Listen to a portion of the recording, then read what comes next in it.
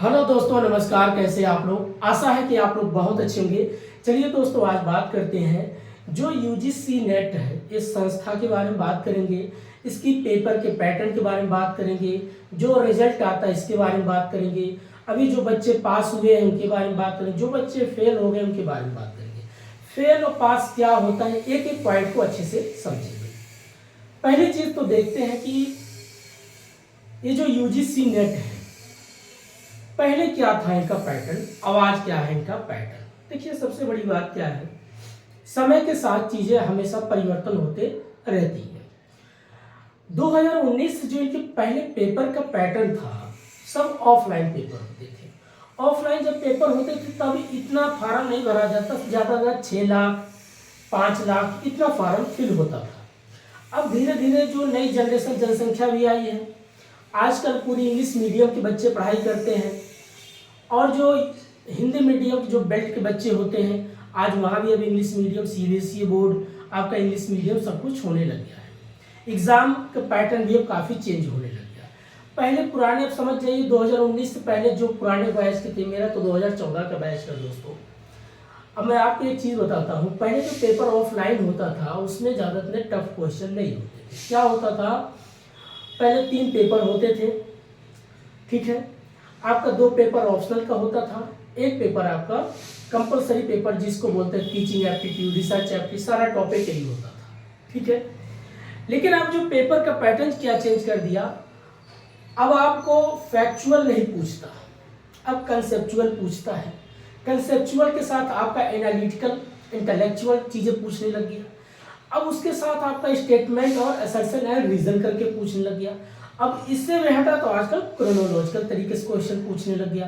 आपको क्या करना है, इसके सिलेबस के साथ साथ इसके प्रीवियस ईयर क्वेश्चन देखिए, 2019 के बाद से सारा क्वेश्चन आप देखना शुरू करिए, कैसे कैसे अपना पैटर्न चेंज करते चला गया और क्वेश्चन के लेवल को बढ़ाते चला गया, क्योंकि हमें उसके तरीके से तैयारी करना है। और यूट्यूब पे जो भी कहीं आपको ज्ञान मिलता है, कोई भी जैसा पढ़ाता हो आप पढ़िए, लेकिन ये देखिए क्या उस संस्था का एनटीए यूजीसी नेट का जो क्वेश्चन है, क्या उस लेवल वो चीजें कंटेंट हमें मिलता है। अगर उस लेवल आपको मिल रहा है तो आप अच्छे से तैयारी करिए, आप पैसा लगाइए, सब्सक्रिप्शन लीजिए, पढ़ाई करिए, ठीक है। आपका समय है, आप अपने समय को सही जगह प्रयोग करिए। अब आज बात करते हैं जो पैटर्न चेंज हुआ, ये क्यों चेंज किया, इसके पीछे रीजन क्या है। क्योंकि देखिए धीरे धीरे कंपटीशन बढ़ते जा रहा है। और दूसरी चीज है, अब देश में भी चाहती संस्था कि ऐसे प्रोफेसर, ऐसे टीचर आए जो हमें रट्टू तोता नहीं चाहिए, बच्चों का आया फैक्चुअल रटा दिया और चला गया क्लास, नहीं। बच्चों को एक सोचने समझने के साथ साथ उसमें एक विजनरी टीचर होना चाहिए। फ्यूचर में अगर कोई चीज, क्रिएटिव माइंड कैसे बना सकता है, नया चीज का कैसे रिसर्च करके कैसे आविष्कार कर सकता है, कोई नई चीज की खोज कैसे करके दे सकता है।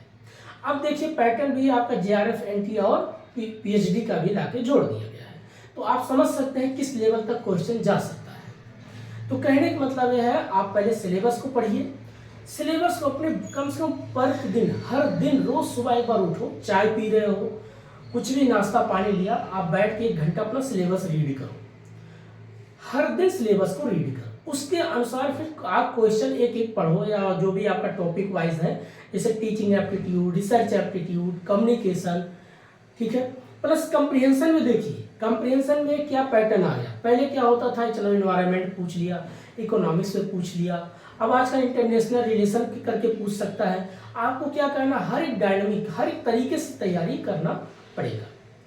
लेकिन अब जो यूजीसी नेट पेपर 1 में देखिए क्वेश्चन पहले क्या होता था, हर एक यूनिट से 5-5 क्वेश्चन आते थे, जो टोटल आपके 10 यूनिट है। लेकिन अब ऐसा क्या कर दिया गया, सिर्फ ऐसे 10 यूनिट है जिससे 5 क्वेश्चन, तो आपको पता है 5-5 रहते हैं। बाकी आपके जो 7 यूनिट ऐसे हैं दोस्तों, आपको पता ही नहीं चलेगा कि ये क्वेश्चन किसका ज्यादा है, किसका कम कर दिया। और वो भी क्वेश्चन ऐसा लगेगा पूछ रहा है टीचिंग एप्टीट्यूड का, और आपको लगेगा कम्युनिकेशन चैप्टर का है, क्योंकि वो क्या कर रहा है, एक यूनिट से दूसरे यूनिट को क्या कर रहा है, एक प्रकार से एक मेल मर्ज कर रहा है। मेल मर्ज मतलब जैसे एक दूसरे को जोड़ करके क्वेश्चन पूछ रहा है कि भाई बताइए, अगर टीचर है तो टीचर किस तरीके का कम्युनिकेशन करेगा, डायरेक्ट कम्युनिकेशन तरीके से कैसे टीचर पढ़ाएगा, इनडायरेक्ट कम्युनिकेशन तरीके से कैसे। आपको लगेगा कभी टीचर के यहाँ शब्द है और ये कम्युनिकेशन से जोड़ लिया। रिसर्च एप्टीट्यूड ऐसा रहेगा तो लगेगा रिसर्च, आपको लगेगा कि कहीं इन्वायरमेंट टॉपिक से उठा के जोड़ दिया, या लॉजिकल रीजनिंग से जोड़ के पूछ रहा है कि डिडक्टिव किस तरीके से होगा, इंडक्टिव किस तरीके से होगा, क्वांटिटेटिव होगा कि या क्वालिटेटिव होगा। आपको क्या करना है, आपको सोचने के लिए मजबूर कर दिया है किस तरीके से हमें पढ़ाई करना है। और ये जो क्वेश्चन का पैटर्न है आपका, देखिए तो कम से कम 35 क्वेश्चन आपका पूरा सिलेबस करेगा, लेकिन बाकी जो आपका 15 क्वेश्चन है दोस्तों, ऐसा लगेगा आउट ऑफ सिलेबस पूछा। वो आउट ऑफ सिलेबस नहीं है, वो एडवांस लेवल चीजें पूछना शुरू कर दिया गया है। एडवांस लेवल जैसे आपको मान लीजिए the people and development environment topic है, तो वो क्या करता है, थोड़ा एडवांस चीजें पूछता है।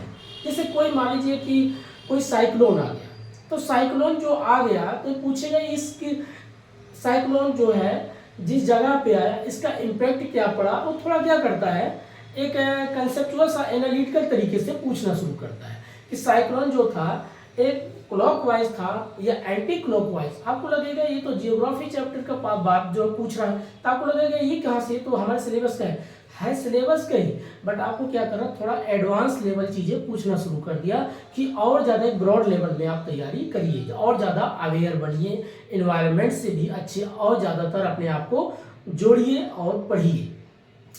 तीसरा जैसे आपका आता है लॉजिकल रीजनिंग। लॉजिकल रीजनिंग में मान लीजिए आप पढ़ते हैं डिडक्टिव क्या है, इंडक्टिव क्या है, और उसके बाद इंडियन लॉजिकल रीजनिंग में जैसे ऑर्थोडॉक्स क्या है, हेथोडॉक्स क्या है। तो ऑर्थोडॉक्स तो पूछेगा, लेकिन साइड में आपको क्या करेगा, हेथोडॉक्स पूछेगा। हेथोडॉक्स में जैसे मान लीजिए पूछ लेगा क्या, अब दोनों में डिफरेंस करके पूछेगा, आपको कंफ्यूज करेगा। कंफ्यूजन इसलिए करेगा कि वो चाहता है कि आप सोचने के लिए मजबूर हो जाओ, आप हमें ऐसा आंसर दो कि कम से कम सोच के हमें बताओ क्या सही है क्या गलत है। इस तरीके लगेगा, है तो सिलेबस का ही, बट वो बहुत डीपली पूछने लग गया। जैसे ऑर्थोडॉक्स पूछेगा कि मान लीजिए रामायण का कोई पॉइंट उठा लिया, अब रामायण है, महाभारत है, या वेद का उठा लिया, जैसे आपका अर्ली वैदिक या लेटर वैदिक पीरियड की बात करता है। अब उससे पूछेगा ऋग्वेद, यजुर्वेद, सामवेद या अथर्ववेद, तो पूछेगा क्या अथर्ववेद में आपका साइंटिफिक चीजें क्या दिखती है, क्या वहां पर जो है मैजिक दिखता है, जादू टोना, क्या वहां पर मेडिसिन दिखता है। अब मेडिसिन की बात करता है तो मेडिसिन का कॉन्सेप्ट उठा के आपको तक्षशिला यूनिवर्सिटी से पूछ लेगा, आपको कंफ्यूज कर देगा, क्योंकि आपको क्या करना, हर एक डायनेमिक, हर एक टॉपिक को अच्छे तरीके से तैयार करना है। अगर इस तरीके का आप तैयारी करेंगे तो आपके लिए काफी अच्छा हो जाएगा। अब बाकी जो ट्रेडिशनल है किताब में है, हर एक टॉपिक तो आप पढ़ लेंगे, लेकिन उस टॉपिक को एक दूसरे से लिंक करके पढ़िए, एक दूसरे से जोड़ करके पढ़ेंगे तो आपके लिए काफी आसान हो जाएगा। इस तरीके से क्वेश्चन आप पूछना शुरू कर दिया गया। अब मेरिट क्या है क्या दोस्तों, अब इनका मेरिट हो सकता है ये कल 290 पे ले जाके कर सकते हैं, 280 पे ले जाके कर सकते हैं, या हो सकता है कि 180 पे ला सकते हैं, क्योंकि इसके कारण और भी हो सकते हैं। जून में क्या होता है, बहुत से बच्चे आप समझिए कि उस वक्त मास्टर डिग्री कंप्लीट करके निकलते हैं, तो फॉर्म ज़्यादा अप्लाई करते हैं। दिसंबर में क्या होता है, उस वक्त बच्चे थोड़ा कम आते हैं, ठीक है। तो दिसंबर में आपके लिए एक चीज़ फ़ायदा है, कंपटीशन थोड़ा कम होता है, और क्वेश्चन का जो लेवल होता है वो थ्योरिकल ज़्यादा होता है, और जून का जो पेपर होता है ज़्यादातर वो न्यूमेरिकल भी होता है, ठीक है दोस्तों। तो आपको क्या करिए, अब जो आपके पास दिसंबर का समय है 2 मंथ, आपको जो पहले से तैयारी कर रहे हैं तो उनके लिए एक सही तरीका है, अब ज़्यादा से ज़्यादा क्वेश्चन को पढ़िए। क्वेश्चन को पढ़ने के बाद क्वेश्चन पे एक बार रुकिए और सोचिए ये जो पूछा जा रहा है क्या ये कंसेप्चुअल है, या क्रोनोलॉजिकल है, या फैक्चुअल है, या असर्शन एंड रीजन करके दिया है। तो आप उसको बैठ के 2 मिनट सोचिए, और सोचने के बाद ये देखिए कहाँ से क्वेश्चन किस टॉपिक से पूछ रहा है, और फिर उसके बाद आप प्रैक्टिस करते रहिए, देखते रहिए, आपको एक अभ्यस्त हो जाएंगे कि किस यूनिट से ज़्यादा क्वेश्चन, किस यूनिट से सबसे कम है, ठीक। दूसरा चीज़ आप क्या करिए, अब आप जो कहते थे पेपर 1 के भरोसे बैठे रहेंगे तो आपका यूजीसी नेट या जेआरएफ नहीं, पेपर 1 का पैटर्न और ज़्यादा टफ कर रहा, पेपर 2 का भी अब जो है टफ करता चला जा रहा, कठिन करता सॉरी, पेपर 2 का भी जो है पैटर्न काफ़ी टफ करता चला जा रहा है। अब क्या हो रहा दोस्तों, पेपर 2 में जिसका मान लीजिए आपका सोशियोलॉजी है या हिस्ट्री है या जियोग्राफी है या इकोनॉमिक्स है। अब क्या कर रहा, उसको भी पूरे क्रोनोलॉजिकल तरीके से पेपर को सेट करना शुरू कर दिया गया। अब क्रोनोलॉजिकल मीन्स क्या होता है, पहले तो ये समझते हैं। आज क्वेश्चन के बेसिक एक एक टर्म को समझेंगे। जैसे पहले क्या होता था, फैक्चुअल बेस पे, दूसरा क्या हुआ आपका स्टेटमेंट बेस पे, अब तीसरा आपका हो गया क्रोनोलॉजिकल बेस पे। ठीक, तो फैक्चुअल, स्टेटमेंट और क्रोनोलॉजिकल, तीन तरीके से। पहले जो होता था ये ओल्ड कॉन्सेप्ट था, ओल्ड मतलब पुराना।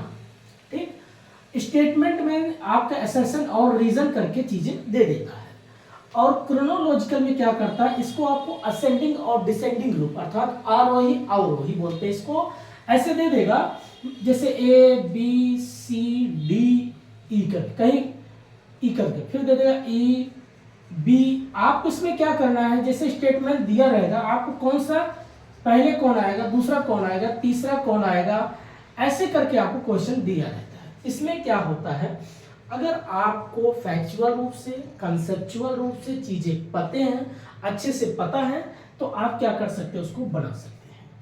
ठीक है, तो आपको क्या करना होगा, पहले तो चीजों को पढ़ने के साथ साथ पहले कॉन्सेप्ट को समझिए। किसको, कॉन्सेप्ट को समझने का प्रयास करिए।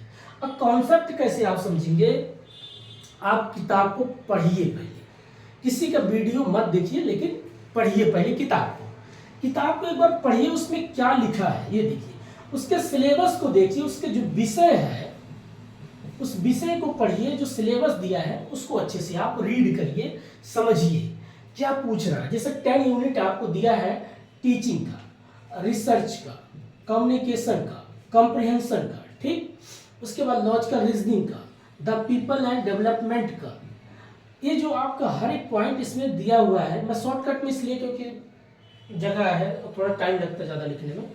उसके बाद द हायर एजुकेशन का और आईसीटी का, मैथमेटिक्स एंड डीआई, ये जितने आपके चैप्टर हैं दोस्तों, एक एक करके समझते क्या है।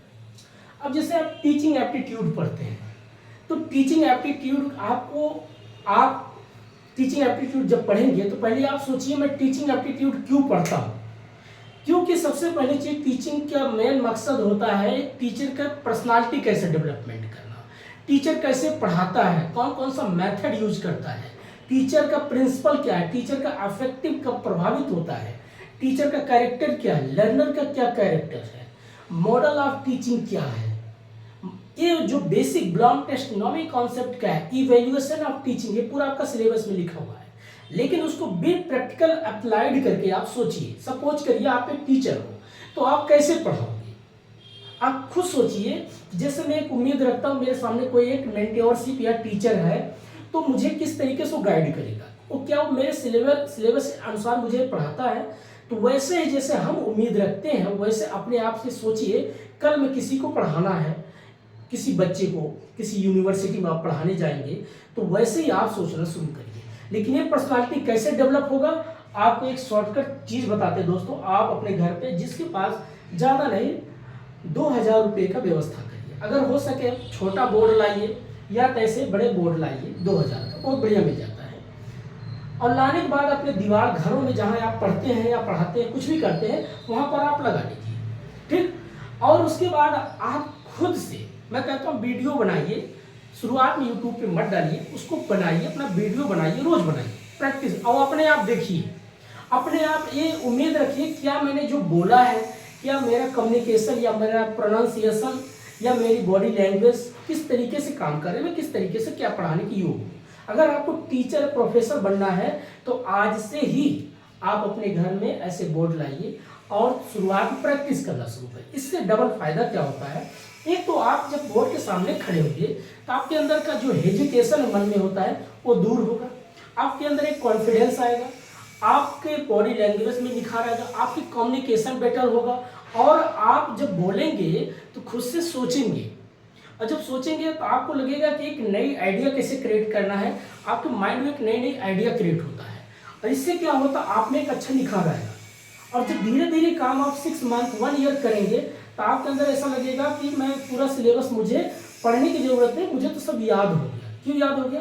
क्योंकि पढ़ने से ज़्यादा पढ़ाने पे ध्यान दीजिए। एक खुद में एक अगर आपको प्रोफेसर बनना है तो, और जिनको और भी फील्ड है, रिसर्च फील्ड में जाना है, या मान लीजिए आज का गेल है, वेल है, पीएसयू है, बहुत से अलग अलग नेट के बच्चों को वहाँ भी डिमांड करती है, तो उसमें भी जा सकते हैं। लेकिन अगर आपको प्रोफेसर बनना है तो आज से ही, बहुत से ऐसा नहीं सबके पास मोबाइल होगा, तो आप मोबाइल में क्या करिए, ट्राइपॉड लाइए, उसको लगाइए, कोई कैमरा लाने की जरूरत नहीं है, 20 मिनट 10 मिनट का रोज वीडियो बनाने का प्रयास करिए दोस्तों। इससे आपका एक कॉन्फिडेंस आएगा, आप कभी बनाइएगा और अपने आप देखिए, आपको इतना अच्छा लगेगा कि क्या बात है, ये चीज़ मेरे अंदर थी और इसको मैं बाहर क्यों नहीं लाया। अपना खुद प्रैक्टिस करिए, आप अपने आप को खुद करिए, कंपटीशन है होने दीजिए, लाखों लोग हैं, करोड़ों से मतलब नहीं है, मतलब आप अपने आप से बेहतर सोचिए, मैं भी कुछ ना कुछ कर सकता हूँ। अगर ये सोचेंगे नहीं बहुत से लोग हैं, मैं क्या करूँगा, नहीं बहुत से लोग मुझसे एक से एक टॉपर लोग बैठे हैं, अगर इस तरीके से कंपेयर करेंगे तो आप नहीं कर पाएंगे। कंपेयर मत करिए, वो भी ऐसे ही थे, ऐसे ही सब होते हैं, शुरुआत में सब जीरो से शुरुआत करता है। तो आप क्या करिए, पहली चीज़ अगर आपको ये चीज़ काम करना है, टीचिंग फील्ड में जाना है, चीज़ों को याद करना है, तो आप पहले क्या करिए, इसे बोर्ड लाइए और प्रैक्टिस करिए। ज़्यादा खर्चा नहीं आता, 2001 का ये पड़ जाएगा, और ये आपका जो मार्कर है 20 रुपये का आता है, एक पैकेट लाइए, 150 रुपये पूरा मिल जाता है, और घर पे आप प्रैक्टिस करिए। इंक भी इसकी आती है, कंप्लीट इंक इसमें आप फिल करिए, रोज प्रैक्टिस करो, बहुत बढ़िया आपका। इससे कमरा बंद करिए, आप अपने आप से बात करिए, खूब प्रैक्टिस करो, आपको पता ही नहीं चलेगा कि जो चीज़ आप 4 घंटा तक प्रैक्टिस करके पढ़ रहे थे, उस चीज़ को आप 1 घंटे में प्रैक्टिस कर सकते हैं, क्योंकि आपके खुद का जो है कॉन्फिडेंस आता है। और धीरे धीरे धीरे आप कभी ये भी देखिए, लोग यूट्यूब पे डालते हैं तो उनके लाइक सब्सक्राइब नहीं बढ़ता, तो निराशा हो जाते हैं, मेरा बढ़े नहीं जाए, ये सब मत सोचिए, ये मत सोचिए कि लाइक बढ़े सब्सक्राइब बढ़े, ये सब सोचिए मत। ये सिर्फ आप ये सोचिए कि मैं प्रैक्टिस कर रहा हूँ, कुछ चीज़ सीख रहा हूँ, मुझे आगे कुछ करना है, बेहतर करना है। जब आपका धीरे धीरे कंटेंट अच्छा हो जाएगा और जब आपको अच्छा लगने लग जाएगा तो लोगों को भी अच्छा लगना शुरू हो जाता है। लोगों से उम्मीद मत रखिए, आप अपने आप से उम्मीद रखिए। अब चलिए जैसे बात करते हैं टीचिंग एप्टीट्यूड। अब टीचिंग एप्टीट्यूड आप मान लीजिए पढ़ाना है, पहला चीज़ तो आप पहले अंदर सोचिए मैं एक टीचर हूँ, मैं अपने आप में एक टीचर हूँ, एक प्रोफेसर हूँ, तो कैसे पढ़ाऊँगा। जब आपके पास नॉलेज होगा, आपके पास कंटेंट अच्छे होंगे, तभी तो आप पढ़ा सकते हैं। सिलेबस अच्छे से बढ़िया याद होगा, है ना, तभी आप। अब उसे पूछता है कि उसमें टीचिंग एप्टीट्यूड में आपके क्या क्या पॉइंट दिया है, एक एक करके बात करें। पहला क्या होता है, लेवल ऑफ टीचिंग क्या है। अब लेवल ऑफ टीचिंग आप पढ़े होंगे, मेमोरी लेवल, अंडरस्टैंडिंग लेवल और रिफ्लेक्टिंग लेवल। फिर उससे पूछता मेमोरी लेवल कॉन्सेप्ट किसने दिया है, हर्बर्ट ने दिया है। अंडरस्टैंडिंग किसने दिया है, मॉरिसन ने दिया है। रिफ्लेक्टिव किसने दिया है, हंट ने दिया। ये तो आपने रट लिया, लेकिन अब इसको डीपली कैसे पूछता है, ये चीज़ें आप खुद सोचिए। कैसे पूछता है, क्या मेमोरी लेवल पेडागोजी को जोड़ता है।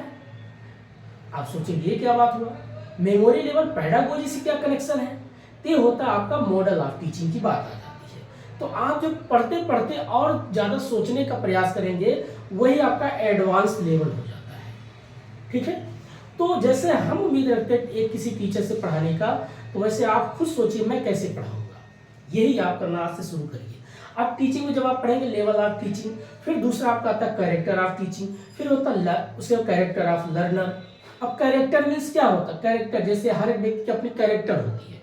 एक टीचर का कैरेक्टर क्या होता है, एक लर्नर का कैरेक्टर क्या होता है। टीचर कैरेक्टर क्या होता है, भाई कम से कम इतना तो हो उसके पास कंटेंट अच्छे हो, वो लेक्चर अच्छे से लेता, अच्छे तरीके से लेक्चर लेने, मतलब लेक्चर किस तरीके से क्लास में देता, किस तरीके से पढ़ाता है, क्या उसने अपना होमवर्क सही किया है, क्या वो प्रॉपर उसकी बॉडी लैंग्वेज ऐसा लगता है जो बातें कर रहा है उस सिलेबस के अनुसार बातें कर रहा है, पता चला सिलेबस यहाँ है बातें कहीं और कर रहा है। तो इससे क्या होता है, आपको लगता है कैरेक्टर ठीक नहीं इस टीचर का, जो पढ़ाना वो नहीं कुछ और ही बात कर रहा है। वैसे लर्नर का होता है।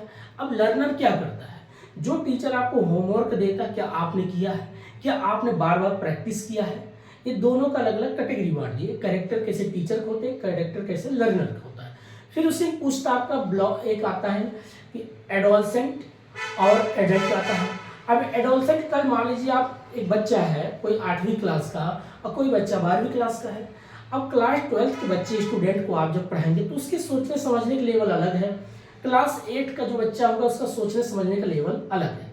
आप सोचिए, अब ध्यान से खुद सोचिए, जो एडल्ट होगा जो एडोलसेंट होगा उनमें फ़र्क क्या होगा। जो एडोलसेंट होगा अभी, वो बच्चा क्या कर सकता है, उसमें एक प्रकार से मेमोरी लेवल कॉन्सेप्ट लागू हो सकता है, लेकिन जो एडल्ट होगा वो अंडरस्टैंडिंग लेवल में बात कर सकता है, वो लिख सकता है, पढ़ सकता है, टॉपिक को बता सकता है। लेकिन अभी जो बच्चा मेमोरी लेवल में हो सकता है राइटिंग कर ले लेकिन बता ना पाए, या बता भी दे लेकिन पूरा खुल के नहीं बता सकता, क्योंकि अभी उसकी माइंड जो है एक कॉग्निटिव थिंकिंग प्रोसेस में नहीं है। ठीक है, यही चीज़ आपको समझना है। नेक्स्ट बात करते हैं, अगला पॉइंट जो आपका आता है मेथड्स ऑफ टीचिंग। सपोज आप एक टीचर हो, आप एक टीचर हो तो कैसे मेथड्स यूज करेंगे। आप मेथड्स क्या होता है भाई, पहला पुराना मेथड टीचर क्या होता था, ऑफलाइन मेथड्स होता था।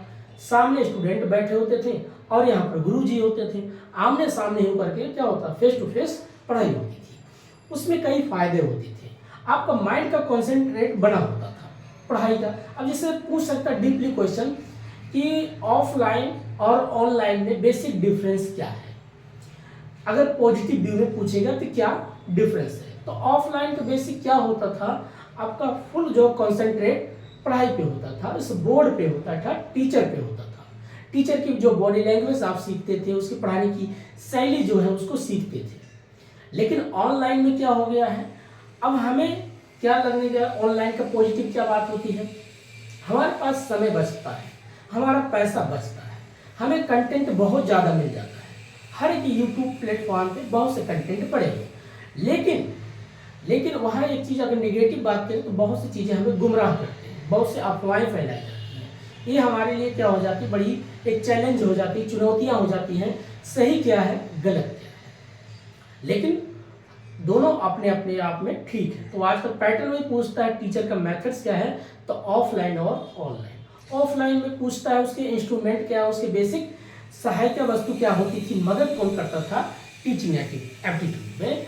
तो जो टीचर ऑफलाइन पढ़ाता था उसका प्रयोग क्या होता था, एक बोर्ड सहायक के रूप में मदद करता था, पेन या मार्कर या चाक जो भी होता था वो प्रयोग करता था। उसके पास नोट्स होते थे, लेक्चर से पढ़ाता था। लेक्चर मेथड मतलब जैसे बोल करके टॉपिक लिख दिया और लेक्चर दिए जा रहे, ये होता था उसका मेथड। फिर दूसरा आता है टीचर सेंटर का, अब लर्नर सेंटर, फिर दोबारा उसी में आ जाता मेथड। अब टीचर किस तरीके से सेंटर कब होगा, लर्नर का सेंटर होगा। हर एक पॉइंट को आपको क्या करना, सिलेबस में याद रखना। ठीक, अगला पॉइंट अगर हम बात करते हैं इसी में टीचिंग एप्टीट्यूड में, आपका मेथड्स फिर और पूछता ऑनलाइन में कि स्वयं क्या है, स्वयं प्रभा क्या है और मोक क्या है। स्वयं प्रभा गवर्नमेंट के द्वारा एक ऐसी संस्था है, 2017 में इसको लॉन्च किया गया, चलाया गया। जिनके घर पे डीटीएच कनेक्शन लगे होते, उसमें कभी 36 चैनल थे, कभी 80 चैनल करते हैं। इससे क्या होता है, आप घर बैठे, जिनको पास पैसे की दिक्कत है तो अपने घर में बैठ कर अपने टीवी पे वो देख सकते हैं, पढ़ाई स्वयं कर सकते घर बैठ के। वैसे ही मैसिव एक होता मॉक्स, जिसको बोलते हैं मैसिव ओपन ऑनलाइन कोर्स, एक प्रकार से भी घर पे बैठ कर अपनी तैयारी, ये ऑनलाइन का बेसिक गवर्नमेंट के द्वारा प्रोवाइड किया गया है, आप पढ़ाई कर सकते हैं घर पे बैठ के। ठीक है, ठीक उसी तरीके से नेक्स्ट बात करता है आपका model of teaching. Model of teaching क्या होता है, तो टीचिंग का मॉडल क्या है, जैसे पैडागोजी, एंड्रागोजी और हेटागोजी आप तो पढ़ेंगे सिलेबस में। तो पैडागोजी क्या होता है, टीचर और स्टूडेंट एक साथ होते हैं, क्लास 1 से क्लास 5 तक के बच्चे को आप खुद देखिए, क्योंकि बच्चे के साथ टीचर हमेशा लिखने का, बोलने का हर एक प्रैक्टिस करवाता है। अब ये क्वेश्चन डीपली पूछ सकता है क्रोनोलॉजिकल तरीके से कि पहले क्या आएगा, पैडागोजी आएगा कि एंड्रागोजी या हेटागोजी, आपको ऐसे दे देगा। तो आपको लिखना पड़ेगा भाई, पहले पैडागोजी आएगा, फिर एंड्रागोजी, फिर हेटागोजी। अगर इस तरीके से है तो आप आंसर सही लगाओगे। कहीं क्या आंसर क्रोनोलॉजी एच लिख देगा, ए लिख देगा, फिर डी पी कर देगा। तो आपको याद रखना है, जब आपको ये चीज़ें याद भी होना चाहिए, फैक्चुअल रूप से भी, कंसेप्चुअल रूप से भी। ठीक है दोस्तों, तो बेसिक आज यही जो बात करना था मैंने किया, कैसे आप टीचिंग को पढ़ेंगे, कैसे रिसर्च को। अब जैसे रिसर्च पे बात करते हैं, रिसर्च में आप क्या करें, कल आप रिसर्च करना चाहेंगे, बहुत से बच्चे जो पीएचडी करना चाहेंगे, अभी जैसे बहुत से बच्चे पास तो हो गए हैं, लेकिन ऐसा नहीं कि अभी वो डायरेक्ट कहीं पैसा छापना शुरू कर देंगे। समय लगता है, 2 साल 3 साल, ऐसा नहीं है। या तो पहले से जो अभी 3 साल पहले से प्रैक्टिस कर रहा, बोर्ड प्रैक्टिस कर रहा, पढ़ाने की प्रैक्टिस कर रहा, वो ऑलरेडी कहीं भी जाएगा तो कम से कम वो पैसा कुछ कमा सकता है, ज़्यादा तो नहीं, 30-40 तो कमा ही देगा। मैं नहीं कर रहा लाखों में छाप देगा, ऐसा नहीं होता, ये सब बकवास है। आप सिंपल 30-40 तो कमा सकते हैं, लेकिन वो जिसके पास कंटेंट अच्छे हैं, जिसको अच्छे से याद है भाई, क्योंकि हम कहीं पढ़ाएंगे तो जो सामने बैठा है स्टूडेंट है वो पढ़ने के लिए बैठा है, कुछ सीखने के, जब उसको हम नहीं सिखा पाएंगे तो कहाँ से पैसा पाएंगे। अब मान लीजिए हमने पढ़ाई तो कर लिया, पढ़ाई करके पेपर दे दिया, पास हो गया, सर्टिफिकेट मिल गया, लेकिन आपको प्रोफेसर बनना तो आपने प्रपोजल बनाया है, प्रपोजल कैसे बनाया जाता है आपको यही नहीं पता है, कहाँ कहाँ से रिसोर्स लाना है, आपका टॉपिक क्या होना चाहिए। तो आप ये जब रिसर्च एप्टीट्यूड पढ़ते होंगे उसमें लिखा भी है कि प्रॉब्लम क्या है, लिटरेचर रिव्यू क्या है, डाटा कलेक्शन क्या है, सैम्पलिंग क्या है, प्रपोजल क्या है, डेटा एनालिसिस क्या है, सबमिट क्या है, एक एथिक्स ऑफ रिसर्च क्या है, ऑब्जेक्टिव क्या है, टॉपिक क्या है, मेथड्स क्या है, पॉजिटिविज्म क्या है, पोस्ट पॉजिटिविस्टिक क्या है, अब सब कुछ टॉपिक इसमें रिसर्च एप्टीट्यूड में लिखा है। हाइपोथेसिस क्या है, नल हाइपोथेसिस क्या है, अल्टरनेटिव हाइपोथेसिस क्या है। तो आपको एक बारीकी चीज सोचिए, आप जो पीएचडी करना चाहते हैं तो उनके लिए पहली चीज क्या होना चाहिए, अपनी प्रपोजल बनाओ। प्रपोजल कैसे बनाया जाए अब यही नहीं पता है भाई, प्रपोजल 5-6 पेज का आपको तैयार करना पड़ता है। क्या लिखना पड़ेगा, पहली चीज आपका ऑब्जेक्ट क्या है, आपका उद्देश्य क्या है, उस उद्देश्य को लिखिए। जैसे किसी का उद्देश्य होता है, किसी ने पूछा आप किस उद्देश्य से बड़े शहर में पढ़ाई करने जाते हो, पहली चीज यही होता है ना कि भाई आपका उद्देश्य क्या है, क्या लक्ष्य है, क्या टारगेट है, क्या कंप्लीट करना है। तो ऐसे ही आप पहले अपना ऑब्जेक्ट को लिखिए, फिर अपना टॉपिक लिखिए, आपका किस टॉपिक पे क्या करेंगे, रिसर्च करेंगे, क्या प्रॉब्लम है उस टॉपिक में, क्या प्रॉब्लम है उसको आइडेंटिफाई करिए। जैसे कॉमर्स के स्टूडेंट हैं, अब उसको रिसर्च करना है कि कंज्यूमर बिहेवियर के ऊपर या सप्लायर के ऊपर, या आप देखते होंगे प्राइस बढ़ती है इन्फ्लेशन के ऊपर, बहुत से टर्म है, बहुत से टॉपिक है।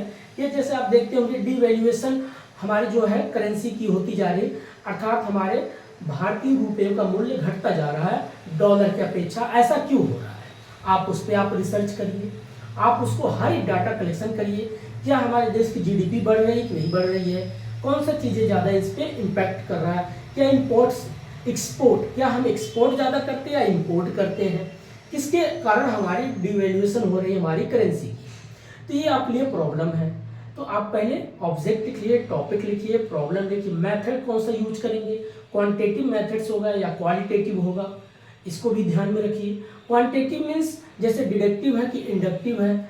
अब ये सोचेंगे डिडक्टिव इंडक्टिव क्या है, देखिए कहीं आपको ऐसा लगता है जैसे लॉजिकल रीजनिंग का चैप्टर आ गया आपके टॉपिक में, आपको हर एक डायनेमिक चीज़ें भी प्रपोजल में दिखना चाहिए, और वही आपका हेल्प करता है रिसर्च में। जैसे आप प्रपोजल आपका कंप्लीट होता है, उसमें आपका ऑब्जेक्टिव, टॉपिक, प्रॉब्लम्स ये सब हो जाएगा, फिर मेथड्स क्वांटिटेटिव है या क्वालिटेटिव है, डिस्क्रिप्टिव है या हिस्टोरिकल है, एक्सपेरिमेंटल है। एक्सपेरिमेंटल मेथड्स क्या होता है, जब किसी भी चीज़ को आप जो साइंस बैकग्राउंड होते हैं वो ज़्यादातर अप्लाइड करके देखते हैं, मगर जो कॉमर्स या आपका आर्ट के बच्चे हैं तो वो भी क्या करते हैं, अप्लाई करके देखते हैं। अप्लाई मीन्स ये नहीं जैसे किसी के ऊपर थोपना, अप्लाई मीन्स जैसे बिग प्रैक्टिकल करके सोच के आप देखिए। जैसे अप्लाइड मतलब एक एथिक्स चैप्टर की बात होती है, एम्पैथी और सिंपैथी। एम्पैथी क्या कहता है, सपोज करिए कोई व्यक्ति के पास पैसा नहीं, बहुत मजबूर है, पढ़ाई नहीं कर पा रहा है, वो मजदूरी कर रहा है या कहीं पर और काम करके कुछ समय बचाता है, फिर पैसा लाता है, फिर पढ़ाई करता है। तो आप अपने आप को उस जगह पे रख के देखिए, इसी बोलते हैं अप्लाइड करना। उस जगह पे आप अपने आप को रख के देखिए, अगर मैं उस सिचुएशन में होता तो मैं कैसे करता। यही चीज़ होता है अप्लाइड मेथड या एक्सपेरिमेंटल मेथड्स। आप उसको बार बार प्रयास करके, बार बार प्रैक्टिस कर करके सीखते हैं। तो यही बारीकी चीज़ आपको सीखना है। इसको जब आपका प्रपोजल बन जाता है 8 पेज का, 6 पेज का, फिर इसी को लेकर के आप जाएंगे तो आपका बड़े बड़े यूनिवर्सिटी में अप्लाई करेंगे तो आपका क्या होता है, इंटरव्यू होता है। उस इंटरव्यू के आधार 20 क्वेश्चन आते हैं, आपका इंटरव्यू होता है। यही चीज़ें आपको पूछा जाएगा जो आपका प्रपोजल है। कुछ आपका बेसिक चीज़, आपका बैकग्राउंड एजुकेशन के बारे में पूछा जाता है, प्लस आपका जो सिलेबस उसके बारे में पूछा जाएगा। मेथड्स भी पूछ सकते हैं, deductive, inductive, quantitative, qualitative, experimental, historical, ये बेसिक चीज़ें आपके मेथड्स का बेसिक पॉइंट होता है। ठीक है, अगला पूछ सैम्पलिंग के भी पूछ सकते हैं कि प्रोबेबिलिटी है कि नॉन प्रोबेबिलिटी। तो आप पहले जो अभी पीएचडी में जो हुए हैं उनको इन सब चीज़ को सोचना शुरू करिए। लोग आजकल शोध गंगा करके एक है, वहाँ से बहुत से लोग चीज़ें सीखते हैं। लेकिन एक चीज़ आपको और बताते हैं दोस्तों, आप कहीं से भी अवेयर लीजिए, मगर किसी का टॉपिक एक दूसरे से मैच नहीं हो। अगर मैच भी हो रहा है तो सबका सोचने का समझने का तरीका बहुत, किसी कॉपी पूरा मत करिएगा। अगर आपने पता चला 80% या 40%, जो भी 80% या 40% अगर मैच होगा तो आपका रिजेक्ट हो सकता है। इसलिए आपका अपना खुद का दिखना चाहिए, किसी का दूसरे कॉपी बिल्कुल नहीं होना चाहिए कि फलाने ने मेथड्स यूज किया मैं भी यूज कर लूँ। नहीं नहीं नहीं, आपका अपना मेथड्स होना चाहिए, आपका अपना तरीका होना चाहिए। वही आपके लिए क्या करेगा, थीसिस में पूरा काम करता है। जब आप थीसिस तैयार करेंगे, इन्हीं प्रपोजल के आधार पे थीसिस लिखा जाता है। और जब आपका थीसिस पढ़ेंगे अच्छा लगेगा तो आपका 3 साल या 2.5 साल के अंदर आपका डिग्री अगर कंप्लीट कर लेते हैं, आपको PhD को उपाधि मिल जाएगा। तो ये वो होता है जो बच्चे PhD में, तो ये आपका जो रिसर्च एप्टीट्यूड है ये काम करता है। तो आपको क्या करिए, हर दिन इस फील्ड में अपने आप को अगर आगे जोड़ना है, कुछ नया चीज करना है, इस पे प्रयास करिए। अब दूसरा टॉपिक होता है इसमें कम्युनिकेशन। अब कम्युनिकेशन का मतलब ये नहीं है कि हमने पढ़े, कम्युनिकेशन एक प्रकार से टीचिंग का ही पार्ट है। जैसे बात आपसे कर रहे हैं या यूट्यूब से हम बात कर रहे हैं, यूट्यूब पे वीडियो अपलोड कर रहे हैं, ये क्या है। अब कोई पूछेगा यूट्यूब पे जो कम्युनिकेशन होती है किस तरीके का है, क्या वो डायरेक्ट है या इनडायरेक्ट है। अगर इनडायरेक्ट है, क्या वो सिंक्रोनस या असिंक्रोनस है।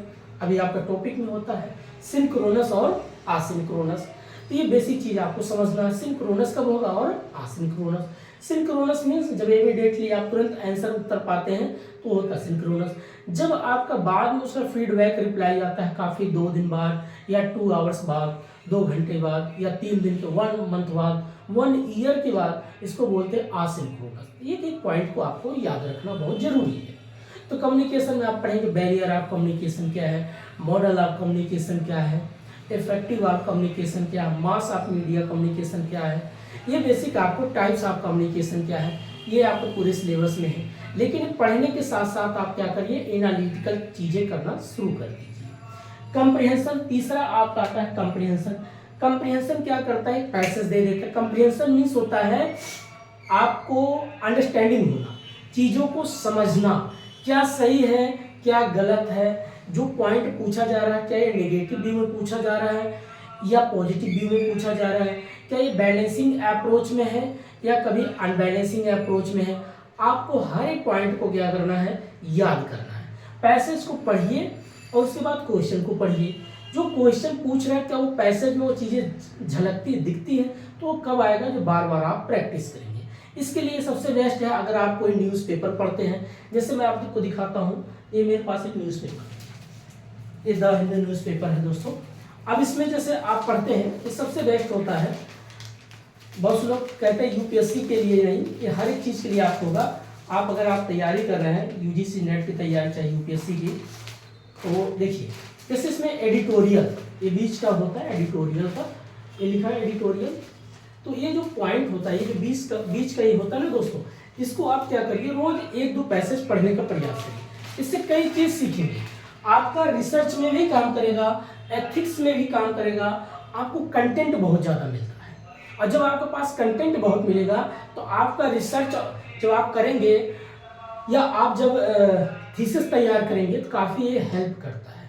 आप समझिए, आपको हर दिन एक ये जो न्यूज़पेपर है द हिंदू का, जो हिंदी मीडियम के हैं वो राष्ट्रीय संस्करण पढ़ें, और जो इंग्लिश मीडियम तैयारी कर रहे हैं, जो इंग्लिश मीडियम से होते हैं, उनके लिए द हिंदू पेपर ठीक। लेकिन मैं तो कहूँगा दोस्तों, आज के प्रेजेंट टाइम में हिंदी सिर्फ बोल भाषा में ही रह गया है। रोजी रोटी के लिए अगर आपको आगे बढ़ना है, बेहतर कुछ करना है, इंग्लिश एक कॉमन लैंग्वेज हो गया, आपको इंग्लिश में ही पढ़ना पड़ेगा, ठीक है। और हिंदी में कंटेंट बहुत कम मिलती है, ये भी चीज़ याद रखो दोस्तों, क्योंकि हिंदी का जो कंटेंट होता है मिलता तो है लेकिन बहुत कम किताबें मिलती हैं। लेकिन आप इंग्लिश में पढ़िए, लोग भले कहेंगे कि इंग्लिश में, क्योंकि इंग्लिश में पढ़ना ही पड़ेगा। क्योंकि आज का जो प्रेजेंट टाइम, अगर आप, मैं जैसे हिंदी में बोल रहा हूँ, जो हिंदी बैठे के बच्चे उनको समझ में, अब जो मान लीजिए कि भारत के जो साउथ के लोग रहने वाले, उनको आप क्या देखते होंगे, या तो उनकी अपनी लैंग्वेज है या तो उनके लिए इंग्लिश अच्छी है। तो अंग्रेजी में ये चीज़ें करने से क्या होता, तब आप पूरे ऑल इंडिया में कहीं भी अगर मान लीजिए किसी यूनिवर्सिटी में आप प्रोफेसर बनते हैं तो आपको इंग्लिश आना बहुत ज़रूरी है।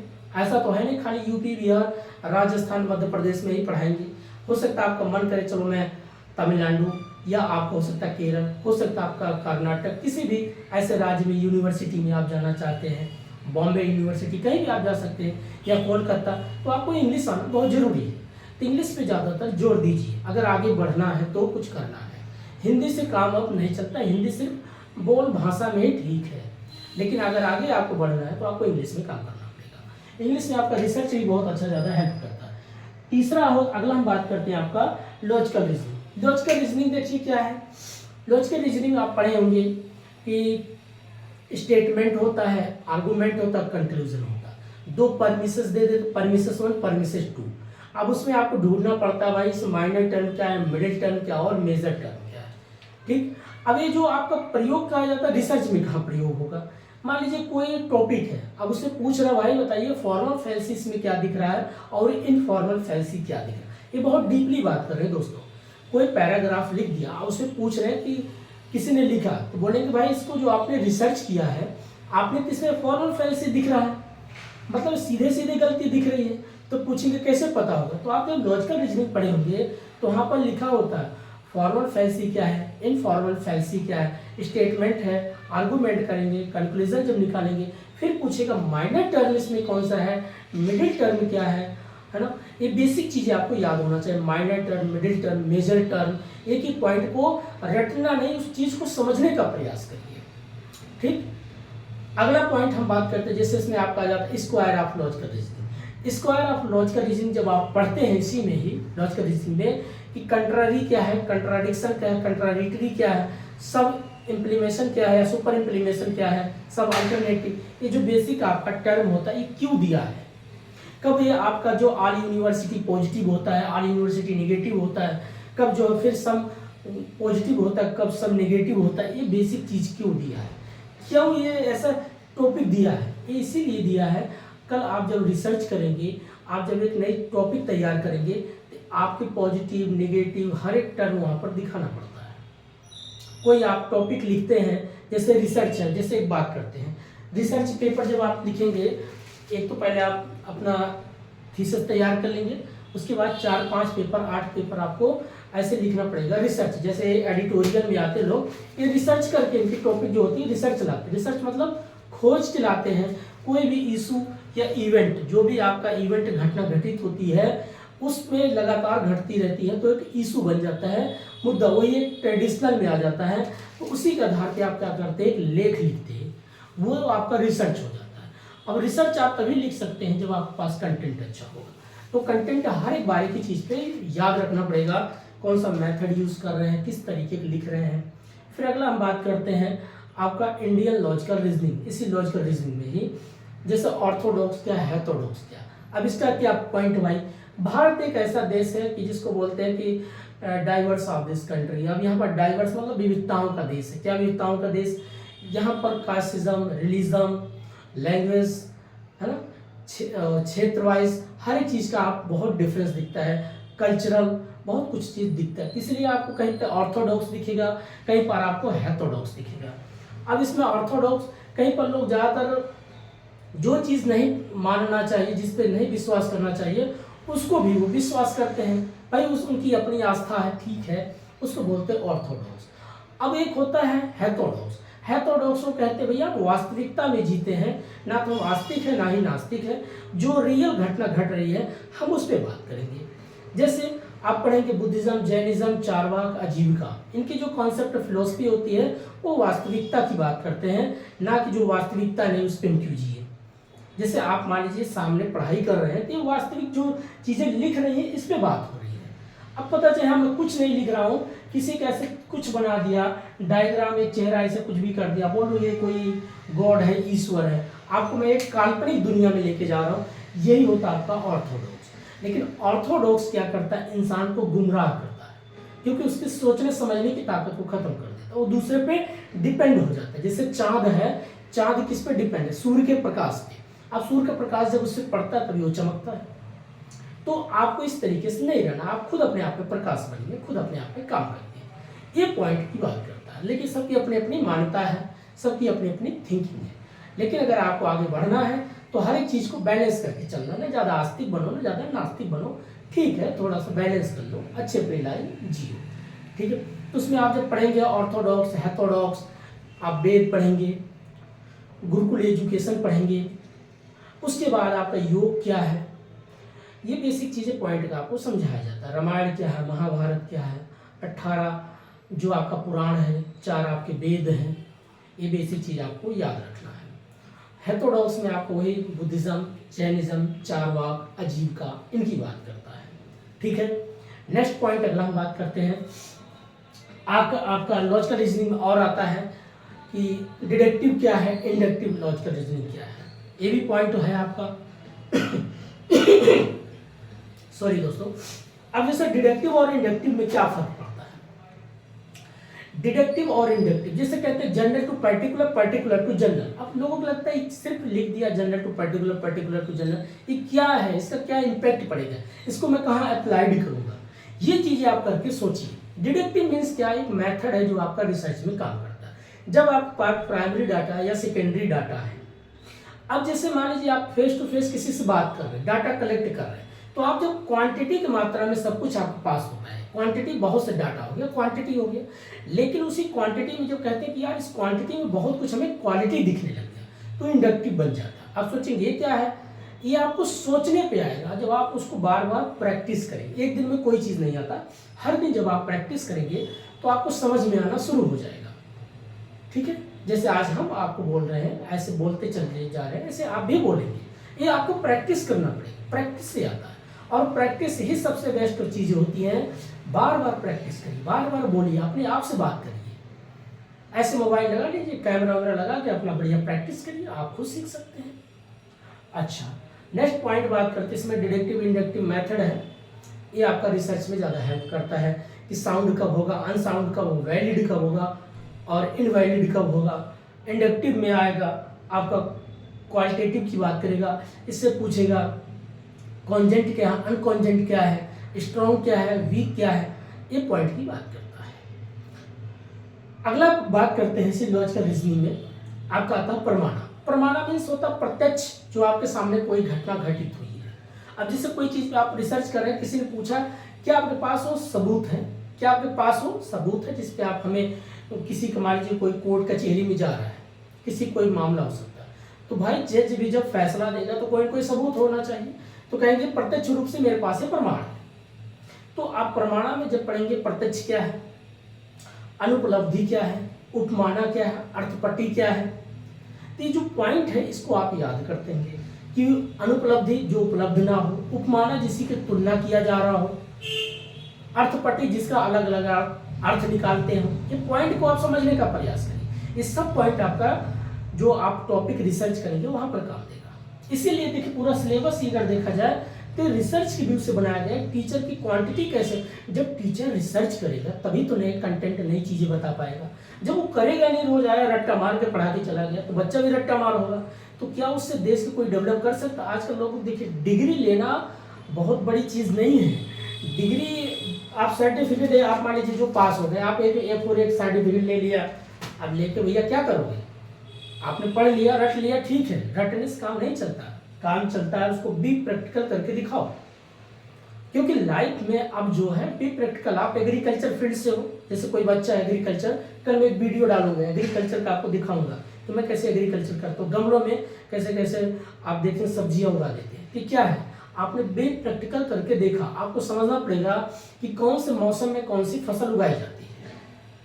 पहली चीज, रबी फसल कब उगाई जाती है, जायद फसल कब उगाई जाती है, खरीफ फसल कब उगाई जाती है, इन सब चीज को आपको याद रखना। जैसे चना, मटर, गेहूं, जौ, ये सब कब उगाए जाते हैं, इस पॉइंट को आप, यही है बी प्रैक्टिकल। तो ऐसे पढ़ाई को बी प्रैक्टिकल करके समझिए।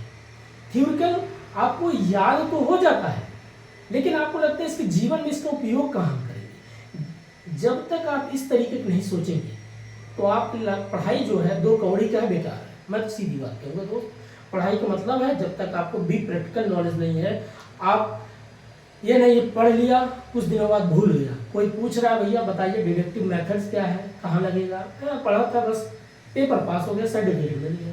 तो सर्टिफिकेट लेना आसान चीज़ है, लेकिन उस सर्टिफिकेट के अनुसार बेसिक चीज़ अगर आपको नॉलेज नहीं है तो बेकार है।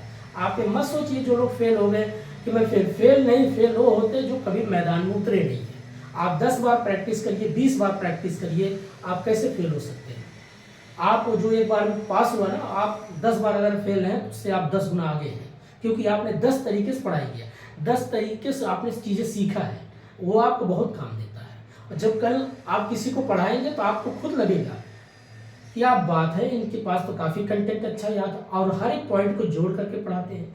यही चीज़ आपके अंदर होना चाहिए। ये जो लोग आजकल सर्टिफिकेट पा गए, मैं 99% थोड़ी देर में चेहरा बना बना के बात करते हैं, उन पर ध्यान मत दो। पास हो गए ठीक है, उनका अपनी लाइफ है। आप खुद सोचिए जो लोग फेल हैं उनके साथ खड़ा हूँ। क्यों खड़ा हूँ? वो फेल नहीं है, वो संघर्ष करें, मेहनत करें, प्रैक्टिस करें। आज से एक मूल मंत्र बताता हूँ, आप अपने घर पे ऐसे बोर्ड लाइए, आप खुद से प्रैक्टिस करिए। अगर आपको प्रोफेसर बनना है तो किसी पे ध्यान मत दो, आपका यार दोस्त क्या बोलता है, कौन क्या कहता है, सबकी बात साइड में करो, ठीक है। आप अपना समय बोर्ड पे दो, बार बार प्रैक्टिस करो, बार बार लिखो। आपको लिखने का प्रैक्टिस होगा, बोलने का प्रैक्टिस होगा, और जब ये करेंगे ना तो आप एक दिन के बाद आप अपना किताब लिख सकते हैं।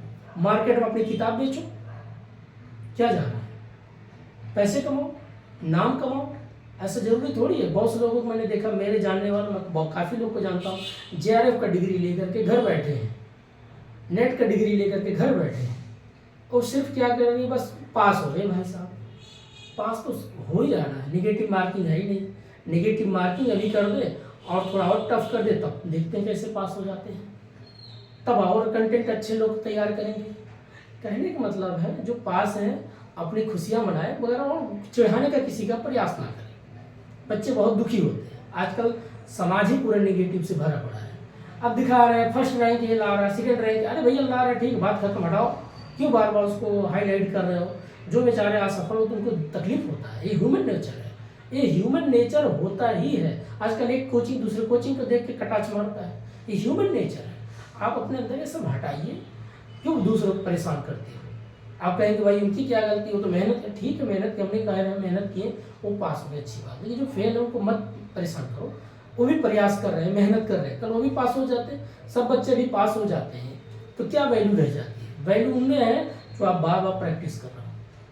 उम्मीद मत छोड़ो, आपकी एक टारगेट रखो, 2 मंथ बढ़िया से है, किसी का भी चैनल मिले, कहीं से कंटेंट मिले, आप बार बार प्रैक्टिस करो। लेकिन उससे बेहतर है आप खुद सोचो कि अगर मैं कल टीचर हूँ तो कुछ पढ़ाना चाहता हूँ, मेरे पास याद है कि नहीं है।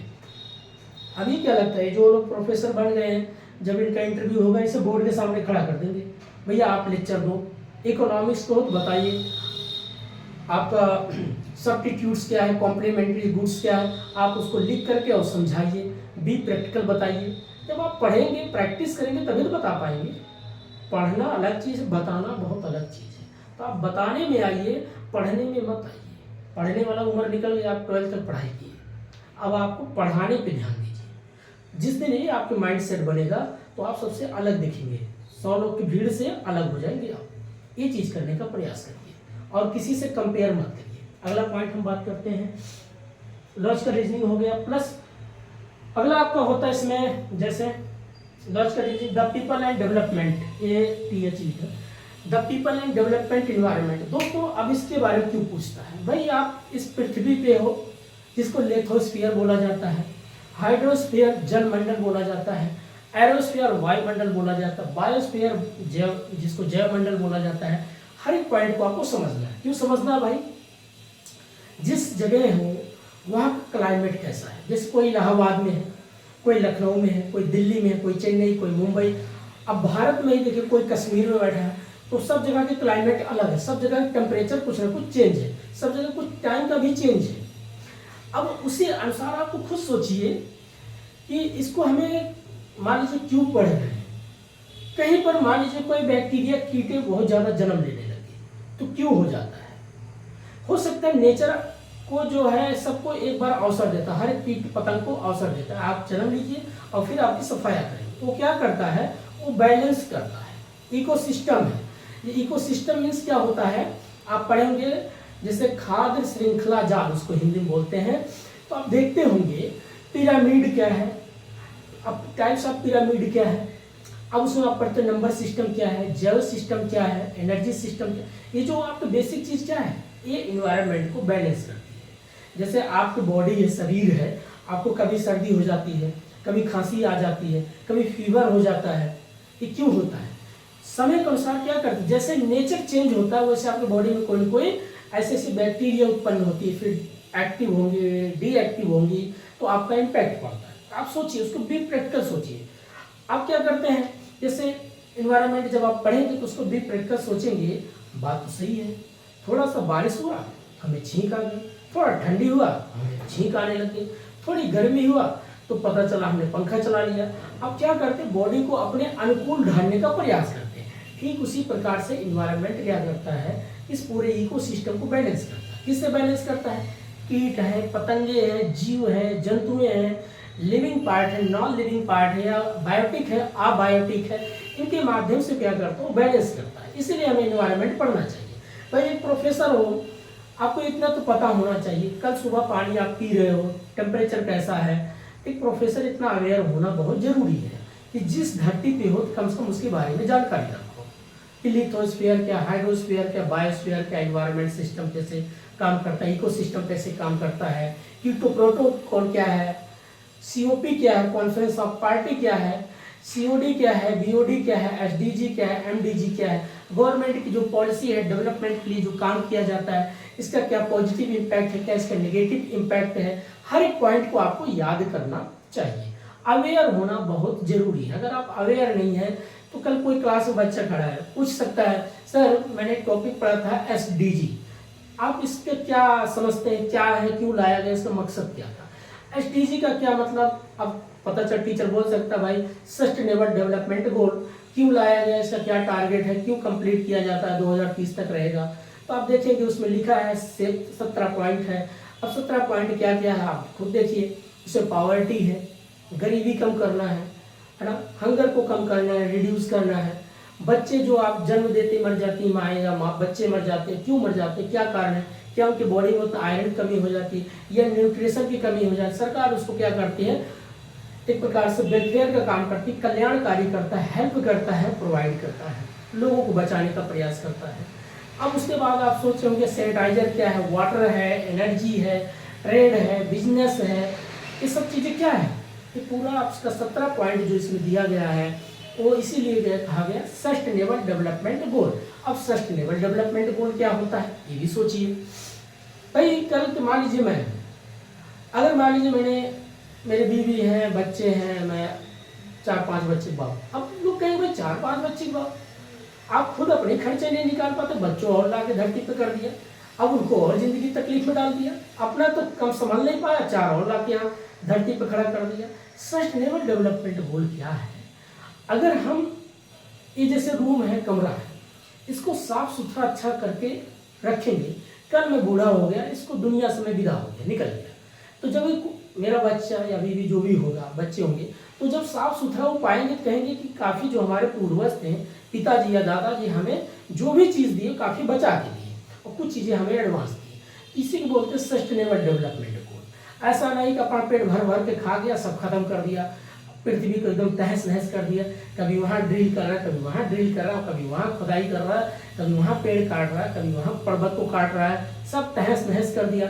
और उसके बाद धरती किसी का आपने जन्म दे दिया, और वो बच्चा आएगा, उसके क्या दोष है, वो कहेगा कभी बाढ़ से झेल रहा है, कभी गर्मी से झेल रहा है। जैसे ग्लोबल वार्मिंग है 2024 का, आप देखिए गर्मी, जून की हालात कैसी थी गर्मी की। अब जो नई जनरेशन आएगी उसे लगेगा कि क्या हमें दिया, खाने को भी नहीं मिल रहा है, न रहने को मिल रहा है, न नौकरी है, और बाकी ये सब समस्याएं क्यों होती जा रही है। इसी को बोला गया कि भैया सस्टेनेबल डेवलपमेंट का मतलब है, अगर आप एक पेड़ काट रहे हो उसके एवज में आप पहले 100 पेड़ लगाओ, 10 पेड़ लगाओ, 50 पेड़ लगाओ। जब तक वो तैयार नहीं होते आप इसका काटने का आपका अधिकार नहीं है। डीजल है, पेट्रोल है, कोयला निकालो, लेकिन इतना मत निकालो कि तुम्हें सभी उपयोग कर लिया, कल उस बच्चा कहाँ जाएगा जो धरती पे आएगा, वो तो ना बीमारी से झेलेगा, पोल्यूशन से झेलेगा, वॉइस पोल्यूशन, नॉइस पोल्यूशन। आजकल बहुत ज़्यादा देखो शहरों में शोरगुल है, आवाज़, अब देखिए एक आवाज़ आ रही होगा, आपको रिकॉर्ड में आ रहा होगा, ये क्या कर रहा है, ये प्रॉब्लम क्रिएट कर रहा है। वाटर पोल्यूशन हो रहा है, पानी पी रहे हैं, सही पानी नहीं है, आपकी बॉडी में क्या हो रहा है, डिहाइड्रेशन हो रहा है, तरह तरह की बीमारियाँ हो रहा है, कभी लंग का प्रॉब्लम, कभी हार्ट का प्रॉब्लम, कभी किडनी का प्रॉब्लम, कभी अल्सर हो रहा है, पता नहीं क्या क्या बीमारियाँ चल रही हैं, किसी का बाल उड़ रहा है, कभी किसी के स्किन खराब हो रहा है, क्यों हो रहा है, सब पोल्यूशन का कारण है। ये सब चीज को ध्यान में रखा गया है। जब इसको आप भी प्रैक्टिकल सोचना शुरू करेंगे तो आपकी पढ़ाई बहुत आसान हो जाती है। ये होता है the people and development environment में वही चीज है। एक एक पॉइंट को भी प्रैक्टिकल सोचिए और इसको आपको पढ़ने के लिए पतली सी बुक आती है, बस मेन टाइम को समझ जाइए और उसको आप जो न्यूज़पेपर पढ़ेंगे तो वहाँ हर दिन संडे को साइंस टेक करके आता है, विज्ञान के बारे में आता है। जैसे आजकल नया टेक्नोलॉजी चीज़ें हो गया है। आजकल पहले कोई नहीं जानता था, सिर्फ सोशल मीडिया होता था, एक दूसरे से लोग जुड़े होते थे। अब आ गया आपका एआई, जिसको बोलते हैं आर्टिफिशियल इंटेलिजेंट। अभी क्या कर रहा है दोस्तों, देखिए इसका क्या योगदान है। सबसे बड़ी बात है, जितना आप टेक्नोलॉजी चीज़ों में जाते हैं उसमें आप ह्यूमैनिटी मतलब मानव से कम होते चले जा रहे हैं, मानव से दूरी आपकी कम होती जा रही है। और मानव से जितना कटेंगे आप अपनी फीलिंग को शेयर नहीं कर पाएंगे। अब अपनी आप फीलिंग किससे शेयर करेंगे, एआई से करेंगे। एआई एक आर्टिफिशियल चीज़ है, वो क्या करेगी, जैसे आप बात करेंगे वैसे चीज़ें आपको समझना शुरू कर देगी। वो आपके साथ हंसेगी, आपके साथ रोएगी, आपको लगेगा ये तो बहुत बढ़िया चीज़ है। लेकिन याद रखना, एआई आपको इस तरीके से आपका पूरा ब्रेन जो है कैप्चर कर लेगा, आपको अपने इस तरीके से बांध लेगा, आप लोगों से कटते चले जाएंगे। और मशीन ऐसी एक चीज़ है, जिस दिन उसके अंदर एक प्रकार से ह्यूमन एक्टिविटीज चीज़ों को कंट्रोल करने लग गया तो आप उसके गुलाम हो जाओगे। और जब आप किसी के गुलाम हो जाओगे तो आपकी सोचने समझने की क्रिया खत्म हो जाएगी। इसीलिए कहते हैं मानव जिस पेड़ पे बैठा उसी डाल को काट रहा, उसी डाल पे बैठा उसी काट रहा।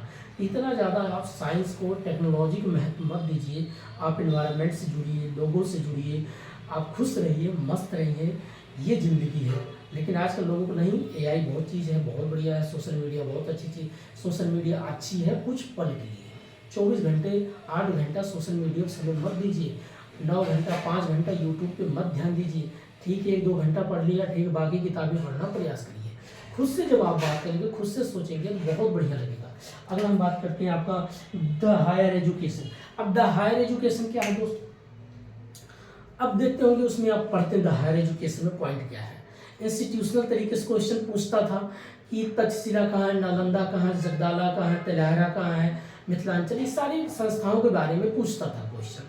अब हर एक संस्था जो यूनिवर्सिटी थी भारत की एजुकेशन की, तो कौन कौन से वहाँ पर एजुकेशन दिया जा रहा है। कहीं पर जादू टोना सिखाया जा रहा है, मैजिक सिखाया जा रहा है। कहीं पर आपका जो विज्ञान जो ऑपरेशन कर रहे, कैसे हाथ काट करके दूसरा हाथ जोड़ दिया जाता है, तक्षशिला में सिखाया जा रहा। कहीं आपको योग सिखाया जा रहा, ध्यान कैसे किया जा सकता है। कहीं आपको फिजिक्स पढ़ाया जा रहा, केमिस्ट्री पढ़ाया जा रहा, बायो पढ़ाया जा रहा। ये सारी चीज़ें क्या, हर एक संस्था की अपनी एक महत्व थी।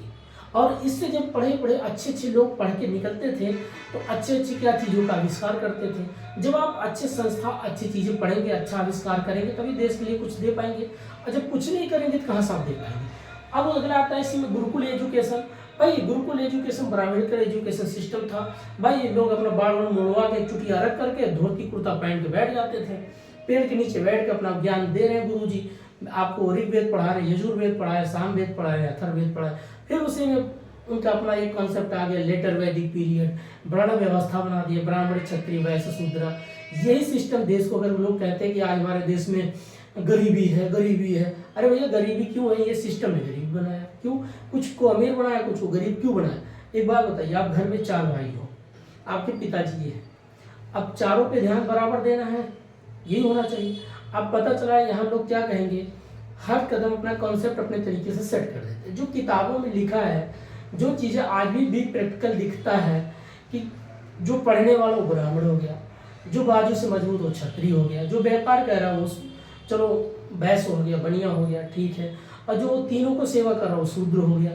अच्छा, अच्छी बात है, चलो आपने बहुत अच्छा बना दिया, सेवा वो कर रहा। क्या जो सेवा करना उसको पढ़ने का अधिकार नहीं था? उसको जब आप पढ़ने नहीं दिया, उसको आप जिसकी मेजोरिटी, आप खुद सोचिए, जो ब्राह्मण है जिसको ब्राह्मणा बोलते हैं, उनकी पता चला वो 5% है। क्षत्रिय पता चला, क्षत्रिय जो है वो पता चला वो भी ले लो 7% है, ठीक। फिर उसके वैश्य है, ये भी पता चला वो 5% है। अब इनका रेशियो और जो सबसे मैक्सिमम है, ऐसे जोड़ लो, चलो मैं इनको कर देता हूँ 5-5 से कर देता हूँ, अब सही है 15 हो गया, ठीक। बाकी आपका जो है 85% जो लोग हैं, जिसको आज भी देखते हैं, जिसको ओबीसी या SC ST कहते हैं, जिनको ये तो शूद्र में थे, और ये जो SC ST थे ये तो अंतज बोले जाते थे, अछूत बोले जाते थे।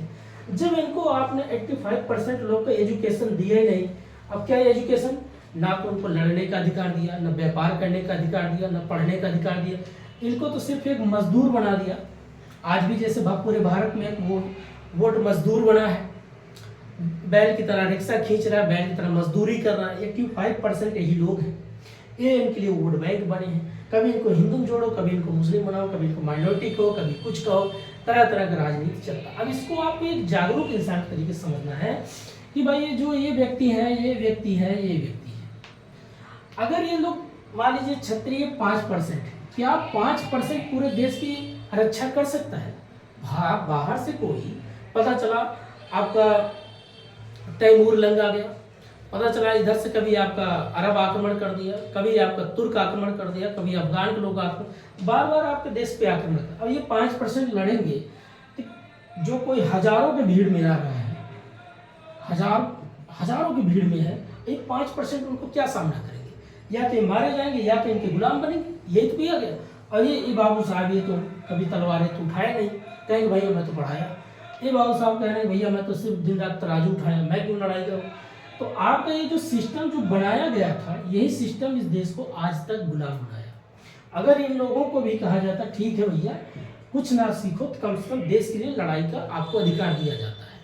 अगर इनको अधिकार दे, कोई देश के अंदर घुस ही नहीं पाते। जैसे कहने का मतलब है, जैसे कहते हैं कि 1905 में लोग सम्राट अशोक के बारे में जानना शुरू किए।